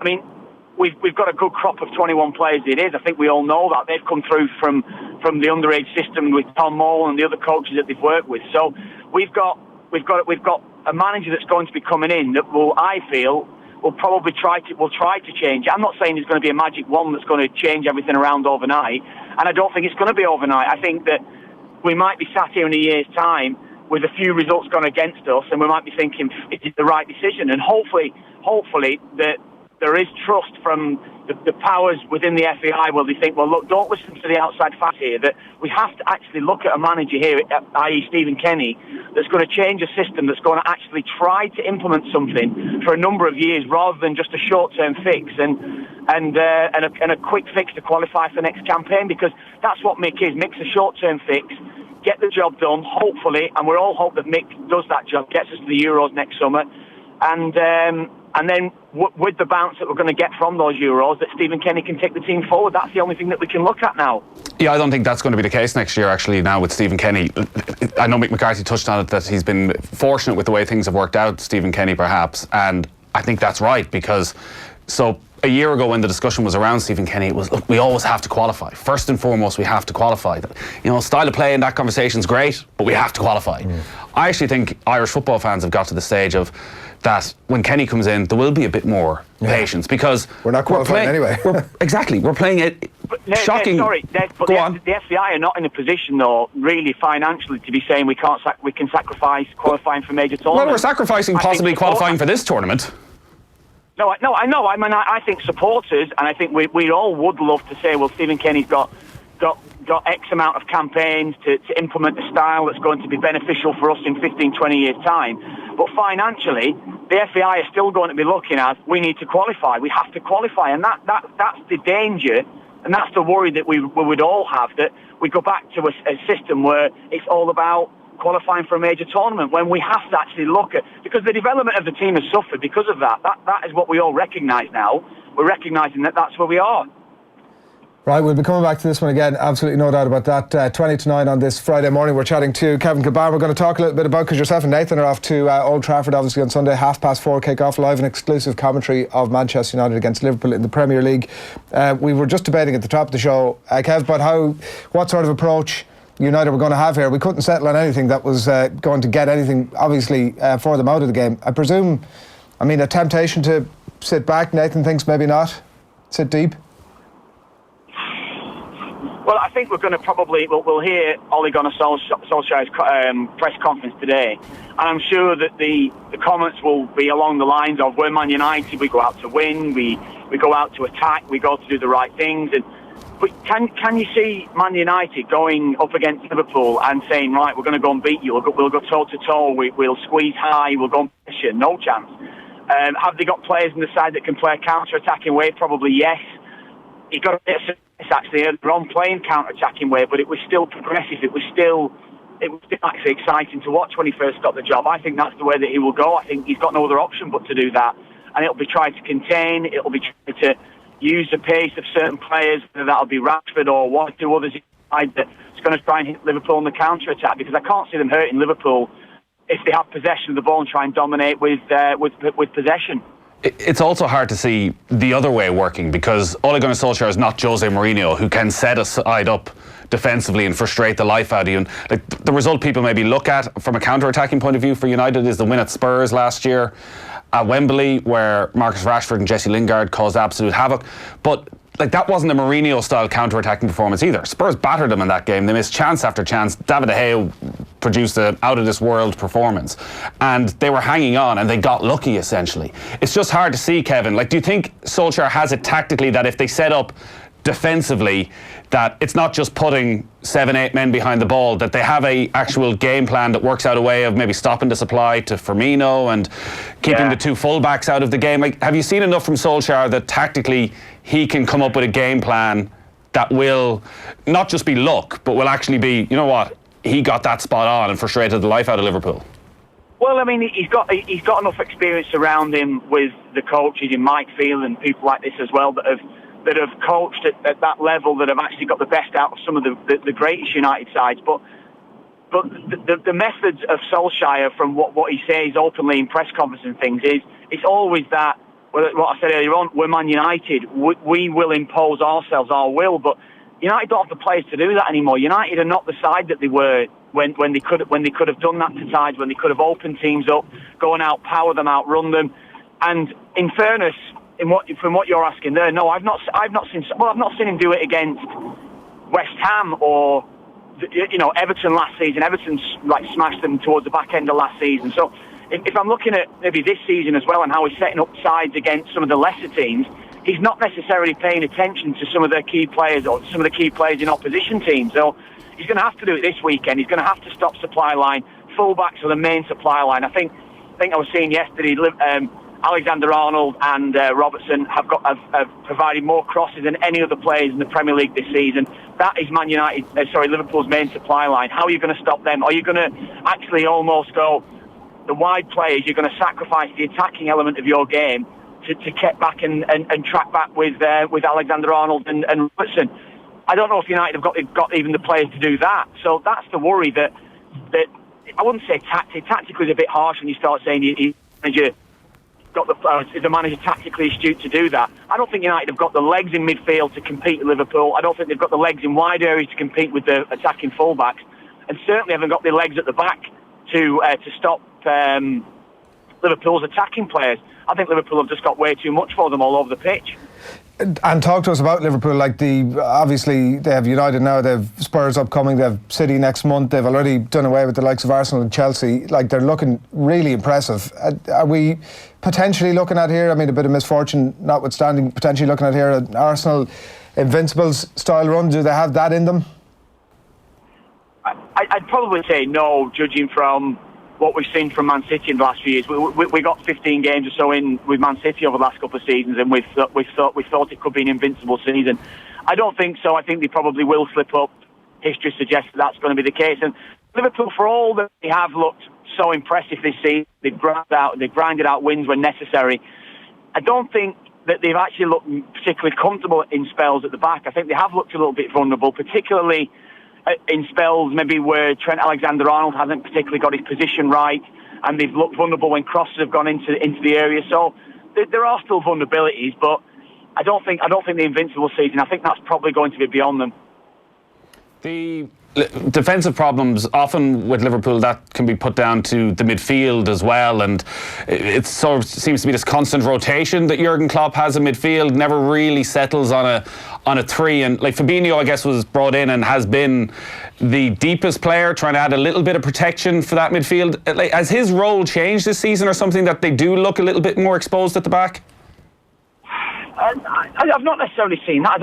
I'm sure that's not been the message, but I think with Liverpool, I think they have to change in midfield, though, Nathan, as well. I think that, you know, the energy that they consume every single game, the output in those players, it's phenomenal. I think that Klopp has probably recognised the fact is that they've not got players that's going to be able to control the game. They're not going to have midfield players that's seriously going to go and dictate games in the really big matches. It's going to be outpowering them and outrunning them. So he's recognised that he's got to keep certain players fresh. And I mean, in terms of Fabinho, he has been excellent since he's come in. Certainly, maybe after his first 4 or 5 games when he came into Liverpool, and he looked a little bit shaky at the start. He didn't move the ball quick enough. He probably wasn't up to speed with Premier League and maybe even Liverpool's way of playing. But he's quickly learnt that, and I've not necessarily seen him play a different role, but I think you found him in more advanced positions this season. I'd feel as though that you maybe find him in positions where he started attacks and maybe vacated the real central position at times. But no, I don't necessarily see a different role with him within the side for him. I just think maybe Liverpool have had to rotate that midfield, so they've not necessarily got a settled run of midfield. You can kind of know with City, if City have got the 3 midfielders fit, they're going to play those 3 midfielders.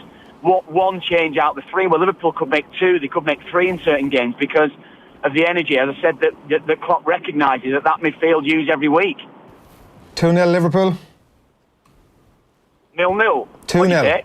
2-0. I think Liverpool win comfortably enough. Yeah. I think Liverpool might even score early in the game. It might force Man United out. I think we could even see more. Liverpool have been vulnerable at the back, so United may score on the day, but I think Liverpool will definitely score 2 or 3 goals. Yeah. Good. Right. Listen, stay off your social media feed. Yeah. Oh no, you got to take it on the chin, haven't you?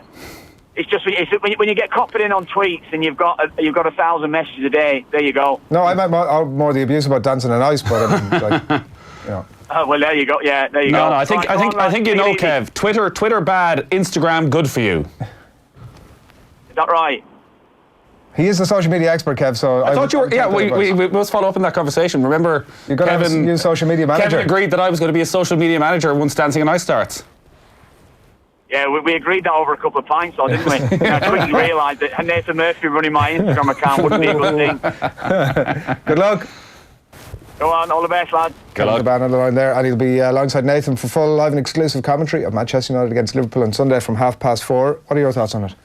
On Sunday? Yeah. I think Liverpool win 3-4-1. All right. I think the way they play, almost everything they do is set up to pin the opposition back. So like Kevin touched on the 2 fullbacks. Like part of that is that the ball is always inside the opposition area, pinging about, and then it's winning the second. Like they'll win the odd header, like Wijnaldum comes from deep and scores a few goals. But I just can't see United getting out of their own half enough to do damage. Yeah. And that's why, all right, Ed Woodward has come out with, we're on the start of a journey message this week, and Ole Gunnar Solskjaer's job is very much safe. This can flip so quickly. If Liverpool go there and play the way they can, and United play the way they have been, the pressure that would be on Solskjaer come Monday if they were to take a big beating at home at Old Trafford would be just insane. Having already lost to Newcastle, like there is a possibility that Manchester United could end the weekend in the relegation zone. Yeah. How does Solskjaer survive that? So the atmosphere at Old Trafford generally these days always seems to be good. Even though, funnily enough, there used to be criticisms of the atmosphere at Old Trafford when they were winning all the time, that it was a bit dead. I think the season ticket holders and the hardcore United fans feel that they have to get behind the team at their time of crisis to sort of prove that, look, we're not these fair weather guys. So they do generate a decent atmosphere, but United have no quality. United have one of the worst midfields in the Premier League. It's the most interesting thing is listening to you every weekend saying, being at another Premier League ground, an average team going, this midfield would walk into that United midfield. It is. Yeah. Like you do look at the top 10 and every one of them would have at least one midfielder who would walk into that United midfield. And probably there's an element of Solskjaer at the minute can disassociate himself with that because it's not his team, right? Like it takes him. Ultimately, he can make that excuse. Everything that you read in the paper today and over the last few days is everybody sort of disassociating themselves with everything and planning for the future. So stories that they're going to go and spend big in January, 4 players at least in all the key positions. Like, who are those players? Who are those players that are going to be available come January? Like, they just don't exist. So then you're into, we get one of them. Well, look, we just couldn't get the players we wanted, but next summer, they're going to spend 400 million quid and they're going to get the 4 players they need to bring them to the next level. Somebody suggested yesterday, Mings, McGinn, there's one other as well. Just buy Aston Villa, which was a point that I think Ed Woodward made during the week. That it was Jack Grealish was the other one. Was it? Yeah. The point Ed Woodward was making was that I think they were going through, or people behind the scenes at United, so they were going through the Michael Carrick transfer. So Spurs wanted 20 million, United wanted to pay 12 million, and they agreed on 16 million.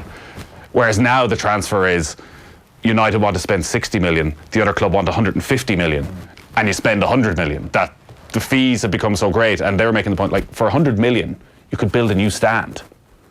You could buy 2 championship clubs for 100 million. Yeah, but if they keep going the way they're going. I mean, United are a bad example. They'll always fill the ground. But I mean, maybe Tottenham are a club that are ripe for picking now at this point in every regard. Like, you know what I mean? Are they going to get money in January? Is he Pochettino? No, he might get a striker again. Who is that person? Yeah, like he's getting towards the end of his tether publicly. So, like, if that starts to happen, it's already starting to crumble away from them in a way that, like, I know United are in the absolute dog do at the minute, right? But at some point or another, they are going to get their act together. You just don't know with Spurs. Like, they're having a golden generation at the minute. They lose a couple of those players, and suddenly Spurs are back to being a 7-8 place finishing in the Premier League table, and nobody really bats an eyelid about it. Yeah, but I don't think this is a quick turnaround. No, I don't think Tottenham are going to come back and challenge for a title again under Mauricio Pochettino. Yeah. But I also don't think United in the next 3 or 4 years are in any position to get near challenging for a title. I think the Ireland conversation is going to be interesting around Stephen Kenny. There's definitely been a change in tone because there was a worry for Stephen Kenny that he's coming in for a World Cup campaign. So the expectation is fairly simple now for our Ireland managers. European Championship, we have to qualify. It's 24 teams, it's literally 50-50, half the teams in there. A World Cup is 13 teams. And looking at the next qualification campaign, it's going to be bloody hard to qualify. There's 10 groups. I think what they're looking at is something like the group winner is going to qualify. And then you're going to have a playoff that will include some Nations League teams fighting for 3 other spots. So there can be no expectation at all that Ireland will qualify. Considering our position generally in Europe is somewhere between the 20th and the 28th best team. To suddenly become the 13th would be an unbelievable achievement. But I do think there is a feeling among Irish football fans of, as I said, that sort of attitude of, like, this is crap what we're watching right now. Absolute crap. And we still might not qualify. So wouldn't we be better off trying to transform something? And if it doesn't work, it doesn't work. But at least you can go and be entertained and feel like there's something happening. The only barrier to that at the minute is that I think that even trying to achieve that, right? So understanding that maybe the results aren't going to go away, but we might play some football. Even trying to achieve that with some of the players we have, with a lot of the players we have. See, I don't think that's the case. And I mentioned that last week, having watched the under-21s quite a bit under Stephen Kenny. Yeah. The players are irrelevant. So, Stephen Kenny, like, the most impressive thing with Ireland under Stephen Kenny, I think, has been the back four. There's a lot of individual talent. None of the back four are playing football for the under-21s. Lee O'Connor doesn't play with Celtic. Conor Masterson doesn't play with Queen's Park Rangers. Darragh O'Shea, like, those 2 players have never played a game of senior football. Darragh O'Shea's not involved with West Brom. Like, they're all highly rated. Liam Scales at UCD, bottom of the League of Ireland.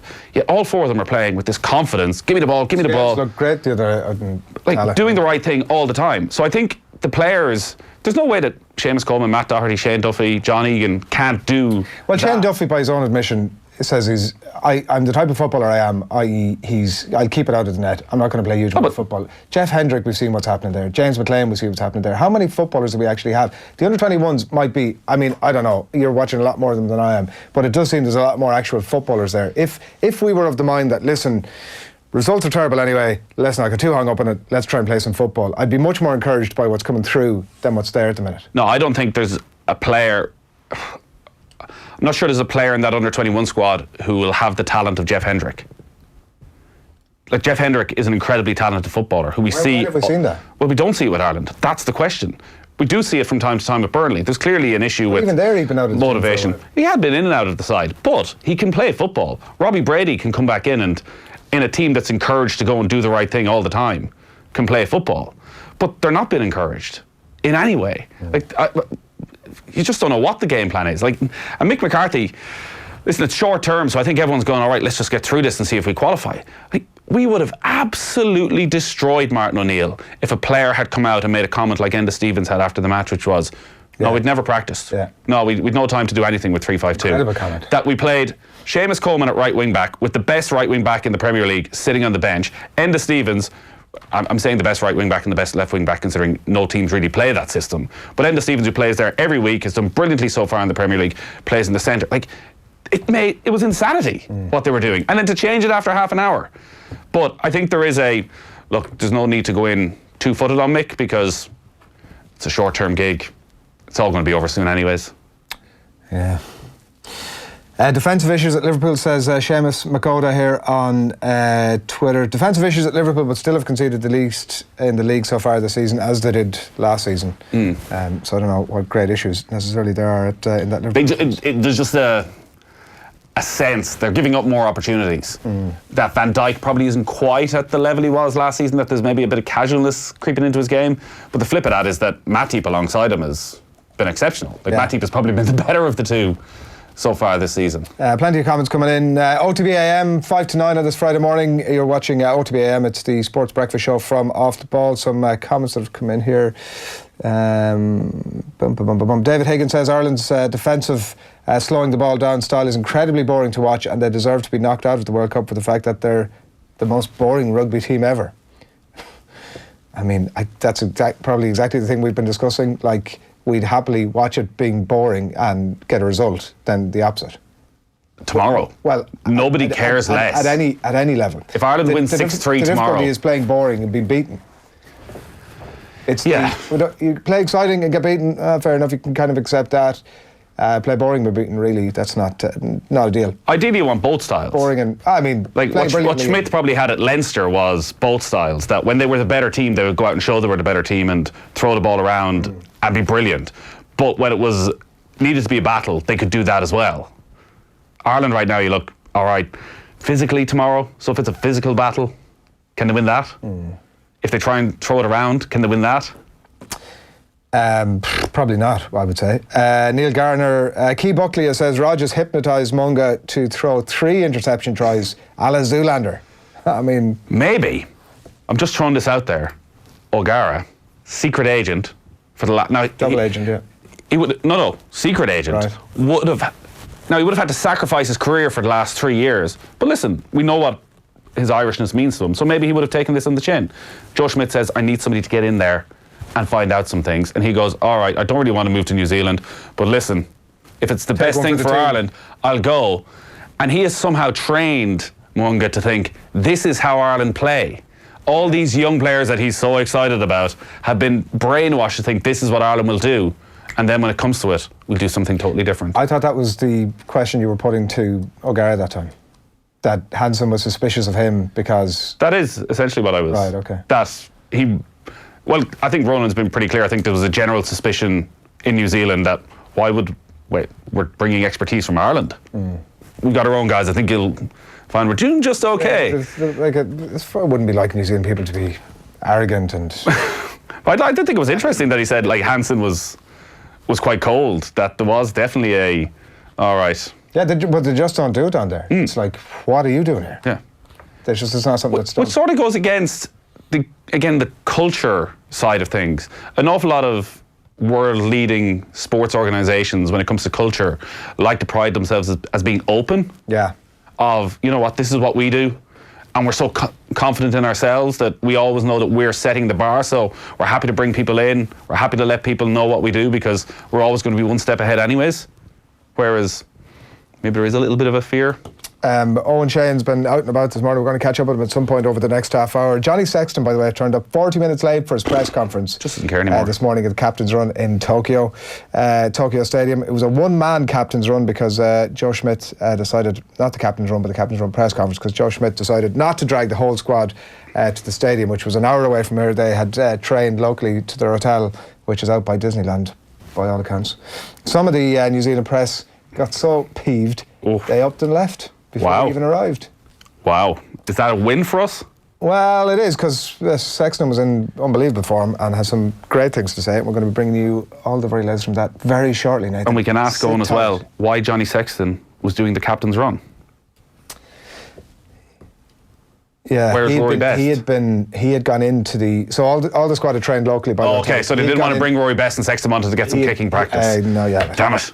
I thought there might be some big conspiracy here. If you want to go with something else, we can run with that too. 9 o'clock, OTB AM, right here, and plenty of comments coming in. Bring those your way over the next half hour, so do stay tuned for all of that. First, though, before we catch up with Eoin, we're going to head back to our Heineken Roadshow on Tuesday night at the Borgosh Energy Theatre. We had a stellar lineup, and Nathan was there as well, going all the way back to the first Rugby World Cup in 1987. Michael Lynagh recalled the actions of a particularly enthusiastic ball boy at a pretty decisive moment.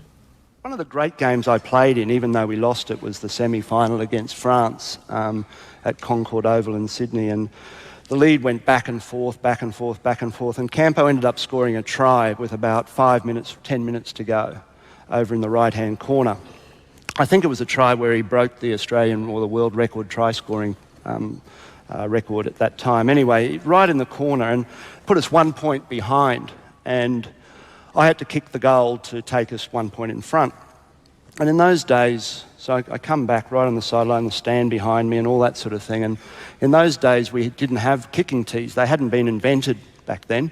And because the ground was pretty hard, we used to bring a little ball boy, 10-year-old kid, used to come out with a bucket of sand and give you that, and you'd put that down. So this kid comes out, and I'm sort of there looking up like this, and he gives me it, and I put the thing down. And all part of my routine was always to say, thanks, thank you.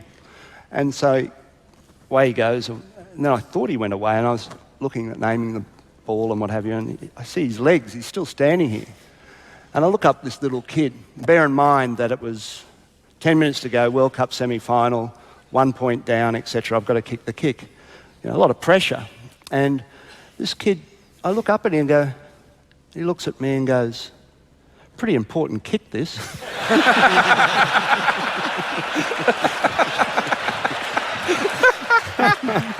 It's true. And I went, yeah, I know. And he goes, well, you better get it. I think he nailed it. Is that right? Was that the end of that story? Yeah. Good story. Good yarn. Good night. Great night. Yeah. Good night. It was the way it was orchestrated, I think, and just brought together was... As in the backroom No, production no, stuff? well, they listen, we won't get into them. It was a great night, and it's all available. That full Heineken Roadshow from the Borgosh Energy Theatre with Michael Lynagh, Bobby Skinstad, Keith Wood, Brian O'Driscoll, Paul Howard and Danny O'Reilly, all alongside Nathan, and Big Mallow Kelly, is all up on offtheball.com, so do go and check that out. At 2 minutes past 9 of this Friday morning, we're going to hear from Johnny Sexton in just a couple of moments' time, because he had some really interesting stuff to say at this morning's pre-match press conference. But before all of that, Eoin Sheahan, come on in. Good morning to you. Good morning, lads. How are things? Going good. Interesting stuff this morning? Yeah, pretty good. Like it was an interesting captain's run in the sense that the captain wasn't there. It was the vice-captain, Johnny Sexton, on his own doing the captain's run. So the team are staying a bit away from here. It's a bit of a drive out here, so they did a session this morning, and the majority of the team, all 29 of the available players, in fact, elected to not come to the stadium and check the surface out. But Jonathan Sexton likes to get his eye in. He likes to know exactly what the ground is like, and he decided to come here and have a bit of a kick around. So it was a bit of a bizarre setup with all the press there waiting for one player to come out and kick the ball between the posts. Joey Carberry has played in the stadium 2 years ago, so that was probably part of his decision to not come here. And Conor Murray as well felt that he didn't need to trek out here really today to do it. So Johnny Sexton and Richie Murphy really were by default the two candidates up for media today as well. And Sexton was talking about his halfback partner Conor Murray at times. Of course, they're set to become the record caps holder when it comes to halfback pairing in Irish history, set to usurp Ronan O'Gara and Peter Stringer in that regard this weekend. And of course, he had some interesting things to say about New Zealand as well. That was like the start of the press conference, asked about that infamous game in 2016, not the one in Chicago, the one when New Zealand came looking for blood in Dublin a couple of weeks later. He turned up 40 minutes late. Was there like a bit of guff between them? Have we struck the first blow ahead of this game?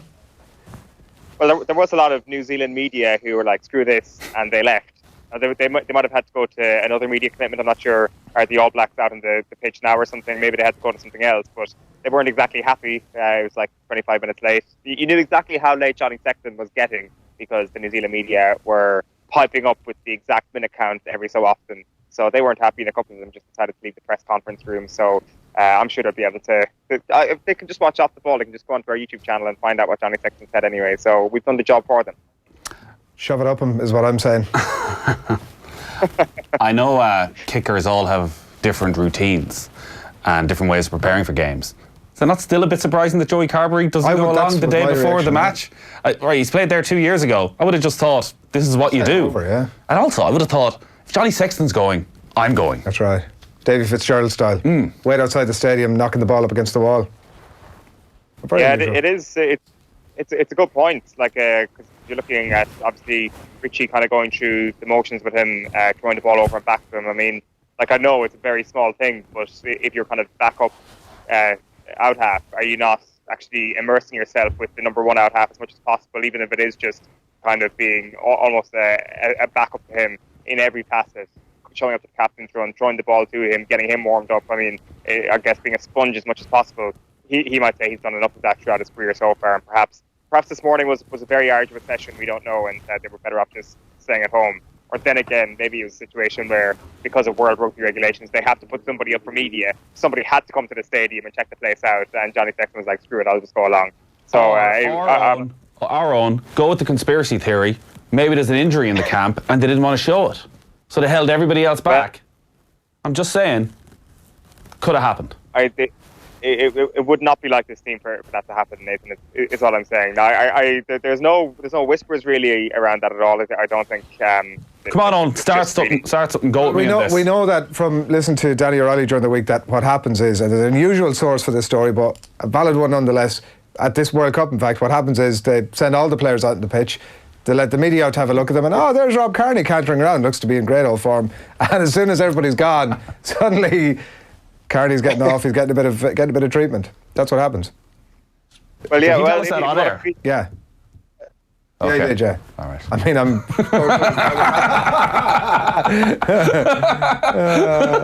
pretty sure he did. Okay, let's move on. That didn't happen. Right, let's get a flavour of what interesting stuff Johnny Sexton had to say at the press conference this morning. Dig me out of it, Tommy. What have we got? Yeah, look, I'm sure they will bring that physical edge that they always do, and I'm sure that's what they'll be speaking about, leading into the game. I think as far as that last game went, I think that was almost a turning point in a lot of the law changes after that game in terms of high tackles and some of the yellow cards that were given out, some of the things that were missed would now be red. So I don't think that they probably weren't intentional at the time, but if they happen now, there'd be bigger consequences. So I don't think it'll happen again. I think they had a game where they went down to 14 against Australia, so I'm sure their discipline will be very, very good on the day. Yeah, that was Johnny Sexton. He was asked about the New Zealand backlash after Ireland beat the All Blacks in Chicago and whether we should have expected it again after beating them 11 months ago. Another clip of Sexton here. I think we have this ready to go, where he's talking about Conor Murray becoming the most capped himself and Conor Murray becoming the most capped half-back pairing in Irish rugby history at the weekend. Like I said last week, or started this week, when we started off together, you wouldn't have believed that we'd have gone on and played this many games together. It was like two strangers. We were almost introducing ourselves to each other in the first few games. And look, we've gone from strength to strength. He's a top quality operator. His quality of pass, his kicking game, the basics. What world class scrum halves are. And he's up against one. Again tomorrow in Aaron Schmidt. But it's been a pleasure to play alongside him, and I hope that we get many more together. At the end of the World Cup, you guys will probably turn and start calling for our heads because we'll be too old and the next batch has to come through. I can see it already, but we hope that we've got a few more years left together, yeah. We mentioned on to Ronan a bit earlier on that your comments of the Justin Marshall interview, which he said he'd seen, and he hadn't really considered the point about Murray being maybe relying too much on his kicking game, but that there might have been some validity in it. So in fact, Owen, I think he went as far as to say that Conor Murray might have watched it and be thinking, Jesus, it could be something in this. It's interesting actually, because we were just having a conversation side by side of the pitch when we were kind of chatting about kickers in the Irish team, and one of the journalists kind of brought up the idea that Rob Kearney used to be is a fantastic kicker. He's always been a fantastic kicker, and kind of didn't focus on kicking because he had to focus on other areas of his game. And the only way he got to become a top class full back at international rugby was because he focused on all the different facets of his game, and he didn't focus on becoming a kicker. And it just kind of triggered that what Justin Marshall had said as well to me earlier in the week about this fact that Conor Murray has been so integral to the entire kicking game for Ireland, the box kicking game. He became the best at it, and he's almost become a victim of his own success, that he is now himself and this game plan can't be disattached at this point. So has the rest of his game suffered? Well, Marshall certainly thought so earlier in the week, and it is an interesting thought that he's not a scrum half as such anymore. When Ireland are playing their best rugby, he is a box-kicking scrum half primarily, and then he's a scrum half on a secondary level. So it's interesting to think about that, the sort of regimented way that Joe Schmidt plays. Like, if you took Conor Murray as a scrum half and put him into any other team in the world, how would he fare, given the way he's currently programmed by Joe Schmidt? It'd be a very interesting experiment. So, yeah, it's something that I hadn't heard too much talk about before. It's interesting that O'Gara kind of agrees with it. Is this team too predictable? You were saying in the office, when we mentioned it to Ronan O'Gara, that Joe Schmidt probably can't believe his luck that he's ended up with this 15 all fit and available right now, and on this sort of 3-4 year cycle, players that have come in, that he's sort of ended up with a 15 that you've almost could have picked 2-3 years ago. Like, is it a worry that nobody has come in and put their hands up over the last 2 or 3 years, or even over the last month at the World Cup, and said, my form is so good, you have to put me in there? Or is it that Joe Schmidt is so wedded to a certain 15, a certain style, that he's not open-minded enough to let those players in? I think it kind of comes... So we're going to give out about Ireland in terms of being predictable, because I think you're right. I think they're extremely predictable. I think they have to be one of the more predictable teams left in this competition, probably the most, in fact. But what comes with that is the actual positives that Ireland have brought over the last couple of years, which is this routine level of success. Okay, granted, this year's not been routine whatsoever, but there did seem to be a place this time last year where opposition teams would come up against Ireland, know exactly what Ireland are going to do, and still lose the game. And I don't fully buy this idea that teams just figured Ireland out in the year 2019. It's not like Ireland came up with a brand shiny new game plan in the middle to end of 2018.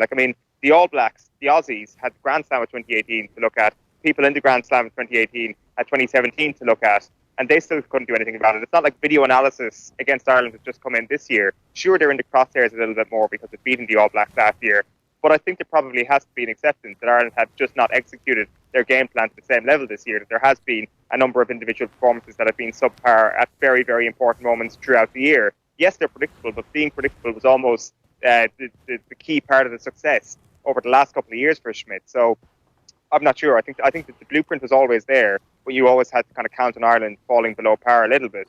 But if you flip that on its head entirely, beating the All Blacks kind of is based on the same premise as well, that you need them to come below their top level to actually have a chance of beating them, because I think most All Blacks would privately admit, you kind of get it from the tone they talked about last year, they privately admit that they weren't at their best 12 months ago. And then to take your point on further, you certainly couldn't have predicted this All Black starting 15 12 months ago, given the amount of changes. Whereas with the Irish team, you probably could have, injuries notwithstanding, you probably would have had Sean O'Brien or Dan Levy in a starting team. Would you have seen Josh van der Fleer being the starting 7 by this time? Many people perhaps might have, but outside of that, it's kind of hard to pick anybody who wouldn't have been expected. Perhaps the demise of Devin Toner wouldn't have been seen from a year out, but really you're talking about, if most people would pick 12 or 13 at the starting 15 from 12 months ago, for sure. Yeah, I think it's 12 of the game from 11 months ago that started. And arguably stronger, because the players coming in are Murray and Henshaw, and then I guess Ian Henderson for Toner is probably seen somewhat like for like. Yeah, and I think We actually won't know the answers to that until after the game on Saturday. Like, it'll all be, at that point you'll go, this master plan. All of this is pointless, let's be honest, Adrian. What the hell have we been doing? Right, we know that it's obviously Joe Schmidt's third last game in charge of Ireland, so he's on the run-in, I suppose, is the what's happening here, Nathan. Well, I presume I know where this is going. That maybe Joe Schmidt didn't want to turn up for the captain's run today because he didn't want to sit through this could be your last ever pre-match press conference. Yeah. It could well be Rory Best's last ever game for Ireland. But more than that, this might be the last time we talk to Eoin from Japan. That's not actually where we're going, so press pause on that for 1 second and rewind about 10 seconds to where you were going just before you get into Sheahan Sushi, which we're coming to now in a minute. Johnny Sexton asked again about Joe Schmidt's legacy. How many times I've spoken about Joe a lot. I'm going to get some serious slagging now when I go back to the hotel. There's already enough slagging about me and Joe's relationship for me to delve any deeper. We had Richard Cooper in just for lunch today, and he did a bit of a skit on Joe, which was very good, and Joe took it very well. But look, Joe's legacy really it speaks for itself. We don't want to get distracted by it being his last game, or second last game, or third last game. We want it to be. We'll talk about him when it's done, and it'll be the same for Rory, but his legacy speaks for itself, and I have spoke about it on numerous occasions. So if we can maybe go back and look at the press conference a few weeks ago, it'll be okay. Yeah, I'd say he took it very well, all right. And then when the doors were closed, everybody got tarred and feathered. Well, we know from Danny O'Reilly again that Joe Schmidt personally... This is on air. Oh, wow, yes. Joe Schmidt personally books all the entertainment. He does. It's incredible. The EO, entertainment's officer. He literally rings them up, then calls them again a couple of days in advance to confirm exactly what's going to happen. Yeah. You would have just thought, surely there's somebody who can do this. Yeah. And he probably learned his lesson, because obviously Danny O'Reilly ended up with his number, which wasn't an ideal scenario.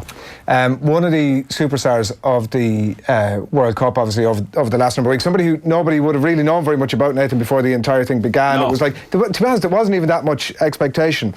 But Fukuoka is going to retire when the World Cup is done, so, we might not. I hope it's not his last day. Oh, and come forth. This could be your last couple of days. Would you miss the place, or are you really hoping Ireland win and you can stay on? I think if Ireland win, it just gives a whole new energy. Of course you want Ireland to win, because the pandemonium will just go to a whole new level. And it's been absolutely phenomenal. If Ireland and Japan win this weekend, that is the ideal situation to be in for the last fortnight, because it'll just be crazy, especially when I said last fortnight, you've got a third, fourth place playoff. Okay, if you lose the semi-final, it's kind of a bit of a drab last week, but still, if Ireland and Japan win this weekend, it'll be absolutely insane. I'm sure there are plenty of people who've taken out credit union loans to be here for the next few weeks, people who are perhaps going to do a U-turn on their annual leave and actually say, I'm going to hang out in Japan for a little bit longer if they win. And after thinking about it, I probably do want them to win. It's been a marathon. It is a marathon, a Rugby World Cup. Nathan, you were at the last one. Thankfully, I don't have kids and didn't get chickenpox this time, so it's been a little more easier for me. Well, thankfully you didn't live in a Premier Inn in Burton-on-Trent for 2 weeks. Exactly. Looks a little bit more interesting. Though I should have thought of the video with the cats. If I'd known that would have gone down so well. There was many cats and all sorts of animals around the place. Right? I definitely got the long straw in that regard. It's an amazing country. It's absolutely fantastic.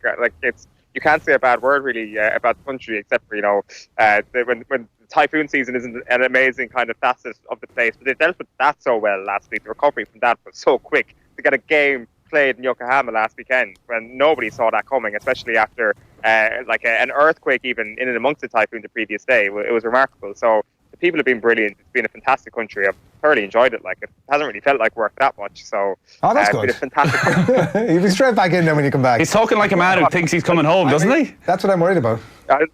Yeah, God, that's the thing. This is not Joe Schmidt would not tolerate this sort of attitude inside in the Irish camp over the next 24 hours.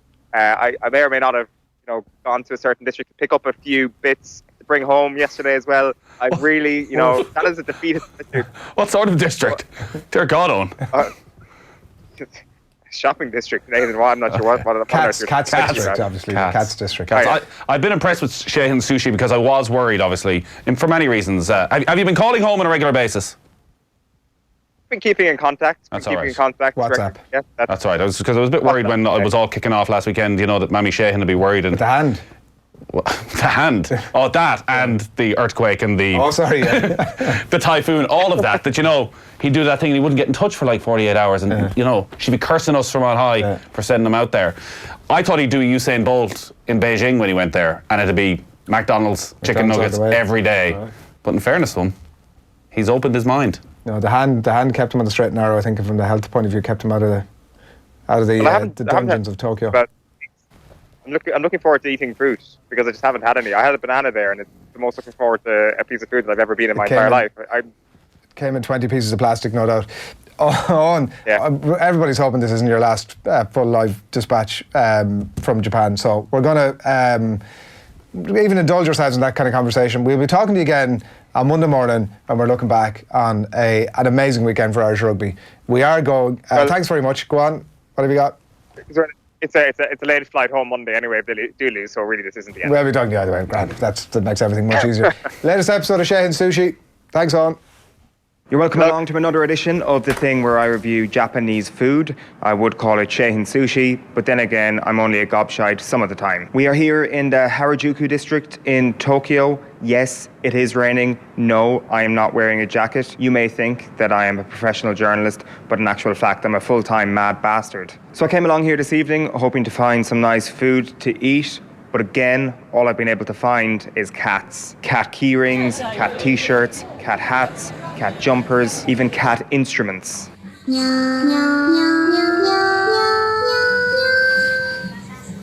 So you've been through this before. I'm not a big fan of Japanese cats. They think they're above you, won't even have a conversation with you, but I'm addressing this grudge head on, and we're going to sample some cat-related foods today. First of all, we have this. It is clearly a Hello Kitty chiffon cake. I'm not sure what a chiffon cake is. Hello Kitty there in a kimono. Look at her, she looks fairly sound, but I guarantee you she would murder you in your sleep. Oh wow, right, okay, there's a lot going on here. Looks like some sort of muffins or something. Can't open them. Fairly apt really, I mean, Japanese cats in general don't tend to open up to you, so... Jesus, they've even given you a bit of a tablet there in case it goes down the wrong way, so very, very hopeful for this. The amount of packaging, it's like a Russian doll. Russian doll is another thing that are sounder than Japanese cats. Okay, so here's what it is. It's just sponge. Looks like Nutella on the inside or something like that. Like, you'd know you're eating a cat, like. You can taste the arrogance of it. I will say, it's not bad. It's like a sponge cake with a bit of Nutella in the middle. Gotta say, it's actually pretty bloody nice. I'm going to give that, the Hello Kitty bun, a score of 80%. Take this as a peace offering, Japanese cats. We have this Sumiko Garashi. Right, let's see what's going on here. Again, more packaging inside the packaging. I guarantee you if you go to the beach tomorrow and you see plastic in the sea, it's probably come from Japan. This is ridiculous. Right. Jesus. I was hoping for jellies. I don't even know what to think. I don't think a boiled sweet is even worth reviewing. What a disappointment. I guess, you know, it's just perfectly fitting. Hard exterior. It's exactly what a cat is. I'm going to give this an NG score. No grade. No score for Sumiko Garashi. Terrible. Boiled sweets are the worst invention known to mankind. Give me a Mentos any day, put it in your mouth for 5 seconds, and then you can start chewing it. It's a waste of time. Got better things to be doing in my life than sucking on boiled sweets. Eoin Sheahan. Sheahan Sushi, the very latest episode of Sheahan Sushi. What do you make of it? Quality. Yeah? Bit mad. The usual sort of thing that you'd be expecting from him. Oh yeah. It's the editing that I love. Editing, you call it? Well, I just think it works. So, eagle-eyed viewers will have seen that we're about to have our own little episode of Sheahan Sushi here. I'm a bit concerned. What are you concerned So about? this is your pumpkin pie. I've made pumpkin pie. Where does the recipe come from? Season that's in it, bbc.co.uk. Oh yeah, very good, yeah. You know the way you like Google a recipe. Tommy's tasting some outside. Yeah. Tommy looks happy. So I'll obviously eat anything, but... Here's a bit of a gander there. Look, that's Phil Egan has joined us, and Phil, as we know, is a... Is there protein in this thing? There's no protein, Phil. I don't know if it'd be great. Pumpkin got protein? I have no idea. It's pumpkin, there's like short crust pastry, sugar. It smells nice. It's probably a superfood. I can smell the sugar, which, Phil, is not good for you. You wait to see what happens when I have sugar.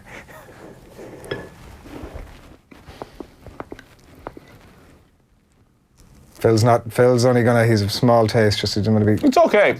Oh Jesus Christ! It's a bit tasteless. Ah, for fuck's sake! Jesus Christ! It's tasteless. Nah, there's a taste. Come on. You know what it tastes like? It tastes like a lot of sugar and a bit of pastry. That's ridiculous. And there's little or no pumpkin You'd taste. be useless. You know, on these TV shows where they go on at cinnamon, yeah. Do you know about these TV shows where they go on and like the chefs make this food, and no matter if it's absolute shit, they always go, that's the nicest thing I've ever had. Like, you could take a leaf out of their book. It's a bit tasteless. See him on the restaurant. Yeah, no. It's Christ's sake. Like, no, you can taste. As you say, it's cinnamon, sugar, and a bit of pastry. Yeah. There's little or no pumpkin in that. No, there's loads of pumpkin. There's actually proportionally, I'd say, 10 pumpkin. Well, then obviously pumpkin is tasteless because it's just unremarkable. It's like it's a sweet vegetable. I hope when you're bringing people around tomorrow, you're offering them an alternative. No, that's it. Because Tommy said it was lovely, so that's really all that matters. Fine. What would you? A little bit of cream on the side. I wouldn't have this as your speciality dish. You could put a bit of, if you heat it up as well. I think it says serve chilled, but I mean, you know. Phil, you've been very diplomatic, to be fair. You just avoid it. Yeah, I like, because I love cinnamon. Did you say I wouldn't eat it or I wouldn't heat it? Both. No. Screw you, Nathan. Screw you. Don't worry, I'll finish. And apologies for my language. I just caught me on the hoppest mobbit. Right, Phil. You were so delighted with yourself. Yeah, I thought everyone was going to enjoy them. We'll start with the rugby. Obviously, you've been talking about the Ireland All Blacks game, and the first quarter-final gets underway tomorrow. That's obviously England and Australia. But Wales have named their team for Sunday's quarter-final with France. Jonathan Davis, Dan Biggar and Hadley Parks all pass fit, and winger George North has recovered from an ankle injury. So Warren Gatland's side are at full strength for a game that they are expected to win, and they're on the other side of the draw, so they'd be playing either South Africa or Japan. Manchester United's Executive Vice Chairman Ed Woodward has hit back at the critics who say non-football people are making football decisions at Old Trafford. So he addressed the staff at the club and he branded the claims insulting. He also said that he believes Ole Gunnar Solskjaer will deliver exactly what is required at United. Now, bear in mind, United have made their worst start to an English top-flight season in 30 years. They play their bitter rivals, Liverpool, who are the Premier League leaders, on Sunday at Old Trafford. And obviously Liverpool have 8 wins from 8, going for 9 in a row. And so 1-0 Liverpool is what you're thinking. I don't really see Liverpool could score 3 or 4. I do. They don't do that away from home. No, apart from the will. Burnley game. Really? If they score early, maybe. Score early, score often. Klopp's never won at Old Trafford. He's not going to be as cautious. The bus is going to be parked. He was so cautious. It's a bus with punctures and. It's not even a bus. It's just a bunch. This is not a template that I think has worked in any World of Football up to now. We just coined a new phrase. Park the bush. Well, that's what Louis van Gaal would do. That's a good point. Okay, we'll move on to maybe what would happen if... So many good comments right now. We don't hear any of them. If Solskjaer was to lose his job in the next few weeks, people are talking about Mauricio Pochettino, but he's been talking about his position at Spurs, and he reckons he's okay in terms of his security because he's been invited to a team dinner by one of his players. So Spurs have won 3 from 11 in all competitions this season. You can imagine there's a bit of scrutiny on his position, but he says he's been invited to a dinner via a text message which proves the team are all still together. He said, they're not about to say goodbye to me. To say goodbye here, not inviting me to a dinner, he said. Who said this? Pochettino. Who invited him to dinner? We don't know which player. Why is he getting involved in entertaining this nonsense? They don't want to get rid of me because they invited me for dinner. So it does not sound like the comment of a Premier League manager who's secured his job. You could have a farewell dinner, surely. Harry Kane, definitely. What do you think? But they're playing Watford tomorrow, so they're not going to lose that. Somebody that's a bit of a sucky sort of...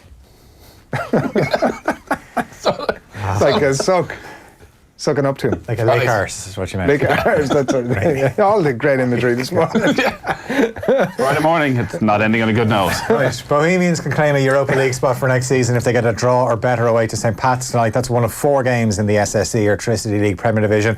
Elsewhere, Cork City host champions Dundalk, Shamrock Rovers are away to UCD, and Finn Harps take on Waterford. There's also the meeting of Cabinteely and Drogheda United in Stradbrook in the first leg of their First Division promotion playoff. Graham McDowell's finished up in 5 under after day 2 of the CJ Cup in South Korea, where American Justin Thomas leads on 13 under. Gavin Moynihan is 3 under ahead of a second round at the French Open in Paris. Nikolai Højgaard and George Kasea are the leaders there in 6 under. Paul Dunn will resume on 6 over. And the last bit from me, Tiger Woods could be in Tokyo next year for the Olympics. Remember, return in 2016. A lot of the big players didn't play in it, although one of them, Justin Rose, did win gold. But Woods has been doing an interview with Reuters, and he said, making the Olympic team is a big goal. I don't see myself having too many opportunities other than next year. 4 years from now, at the next Olympic Games, I'll be 48 years old. To be one of the top Americans at that stage is going to be tough. And he talks about how he went to the Olympics for the first time in LA in 1984. And it's something that interests him. So, very good. I mean, they're all starting to come out of the woodwork to put their name forward for Tokyo next year, aren't they? Yeah, he has a chance as well, because he'll probably need to be in the top 16 in the world to get there. He needs to be one of the top 4 Americans. At the moment he is. Yeah. He's done nothing obviously in the last 3 or 4 months, but it'll be interesting to see in the warm weather spell on the US tour, sort of from January to April, and that build up to the Masters, how much he plays and how fit he looks, because again, he looked just a shell of a man by the time he wrapped up. Who would you put him playing with then? Do they actually stick to the rankings, or if players don't want to play in it, I'm sure it just goes to the next person? It just goes to the next person, yeah. And you don't play with anyone, it's all individual, which is a shame. Sorry, I mean, but there'd be 2 there. Predictions for the weekend, I'm going with, I have to go slightly against you and say, I'll go Liverpool 3-0, I'll go Ireland by 3, and everybody to love my pumpkin pie. What do you have, Phil? I will have more of your pumpkin pie. Good. I'll go 2-1 Liverpool, and I'll say All Blacks by 15. Woof. Phil. I don't say that lightly now. Well, you did. You just did. I think the last 20 minutes could be a tough watch. I'll go Liverpool 3-1, All Blacks by 12.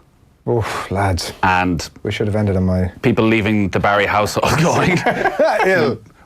The one good thing, at least this has happened, so all your visitors will now go, bring something tasty. Yeah, that's right, yeah, on the assumption that they've seen it. Lads, absolute pleasure for you to be sitting alongside me in the studio this morning. Have really enjoyed it. Thanks very much, Nathan, for making the effort. Phil, fair play to you. Thanks for having me. Good on you. Enjoy the sport of the weekend. That's it from us on OTB AM this morning. Thanks very much for tuning in. Stay tuned, though, to all the off-the-ball channels and to OTB Sports Radio.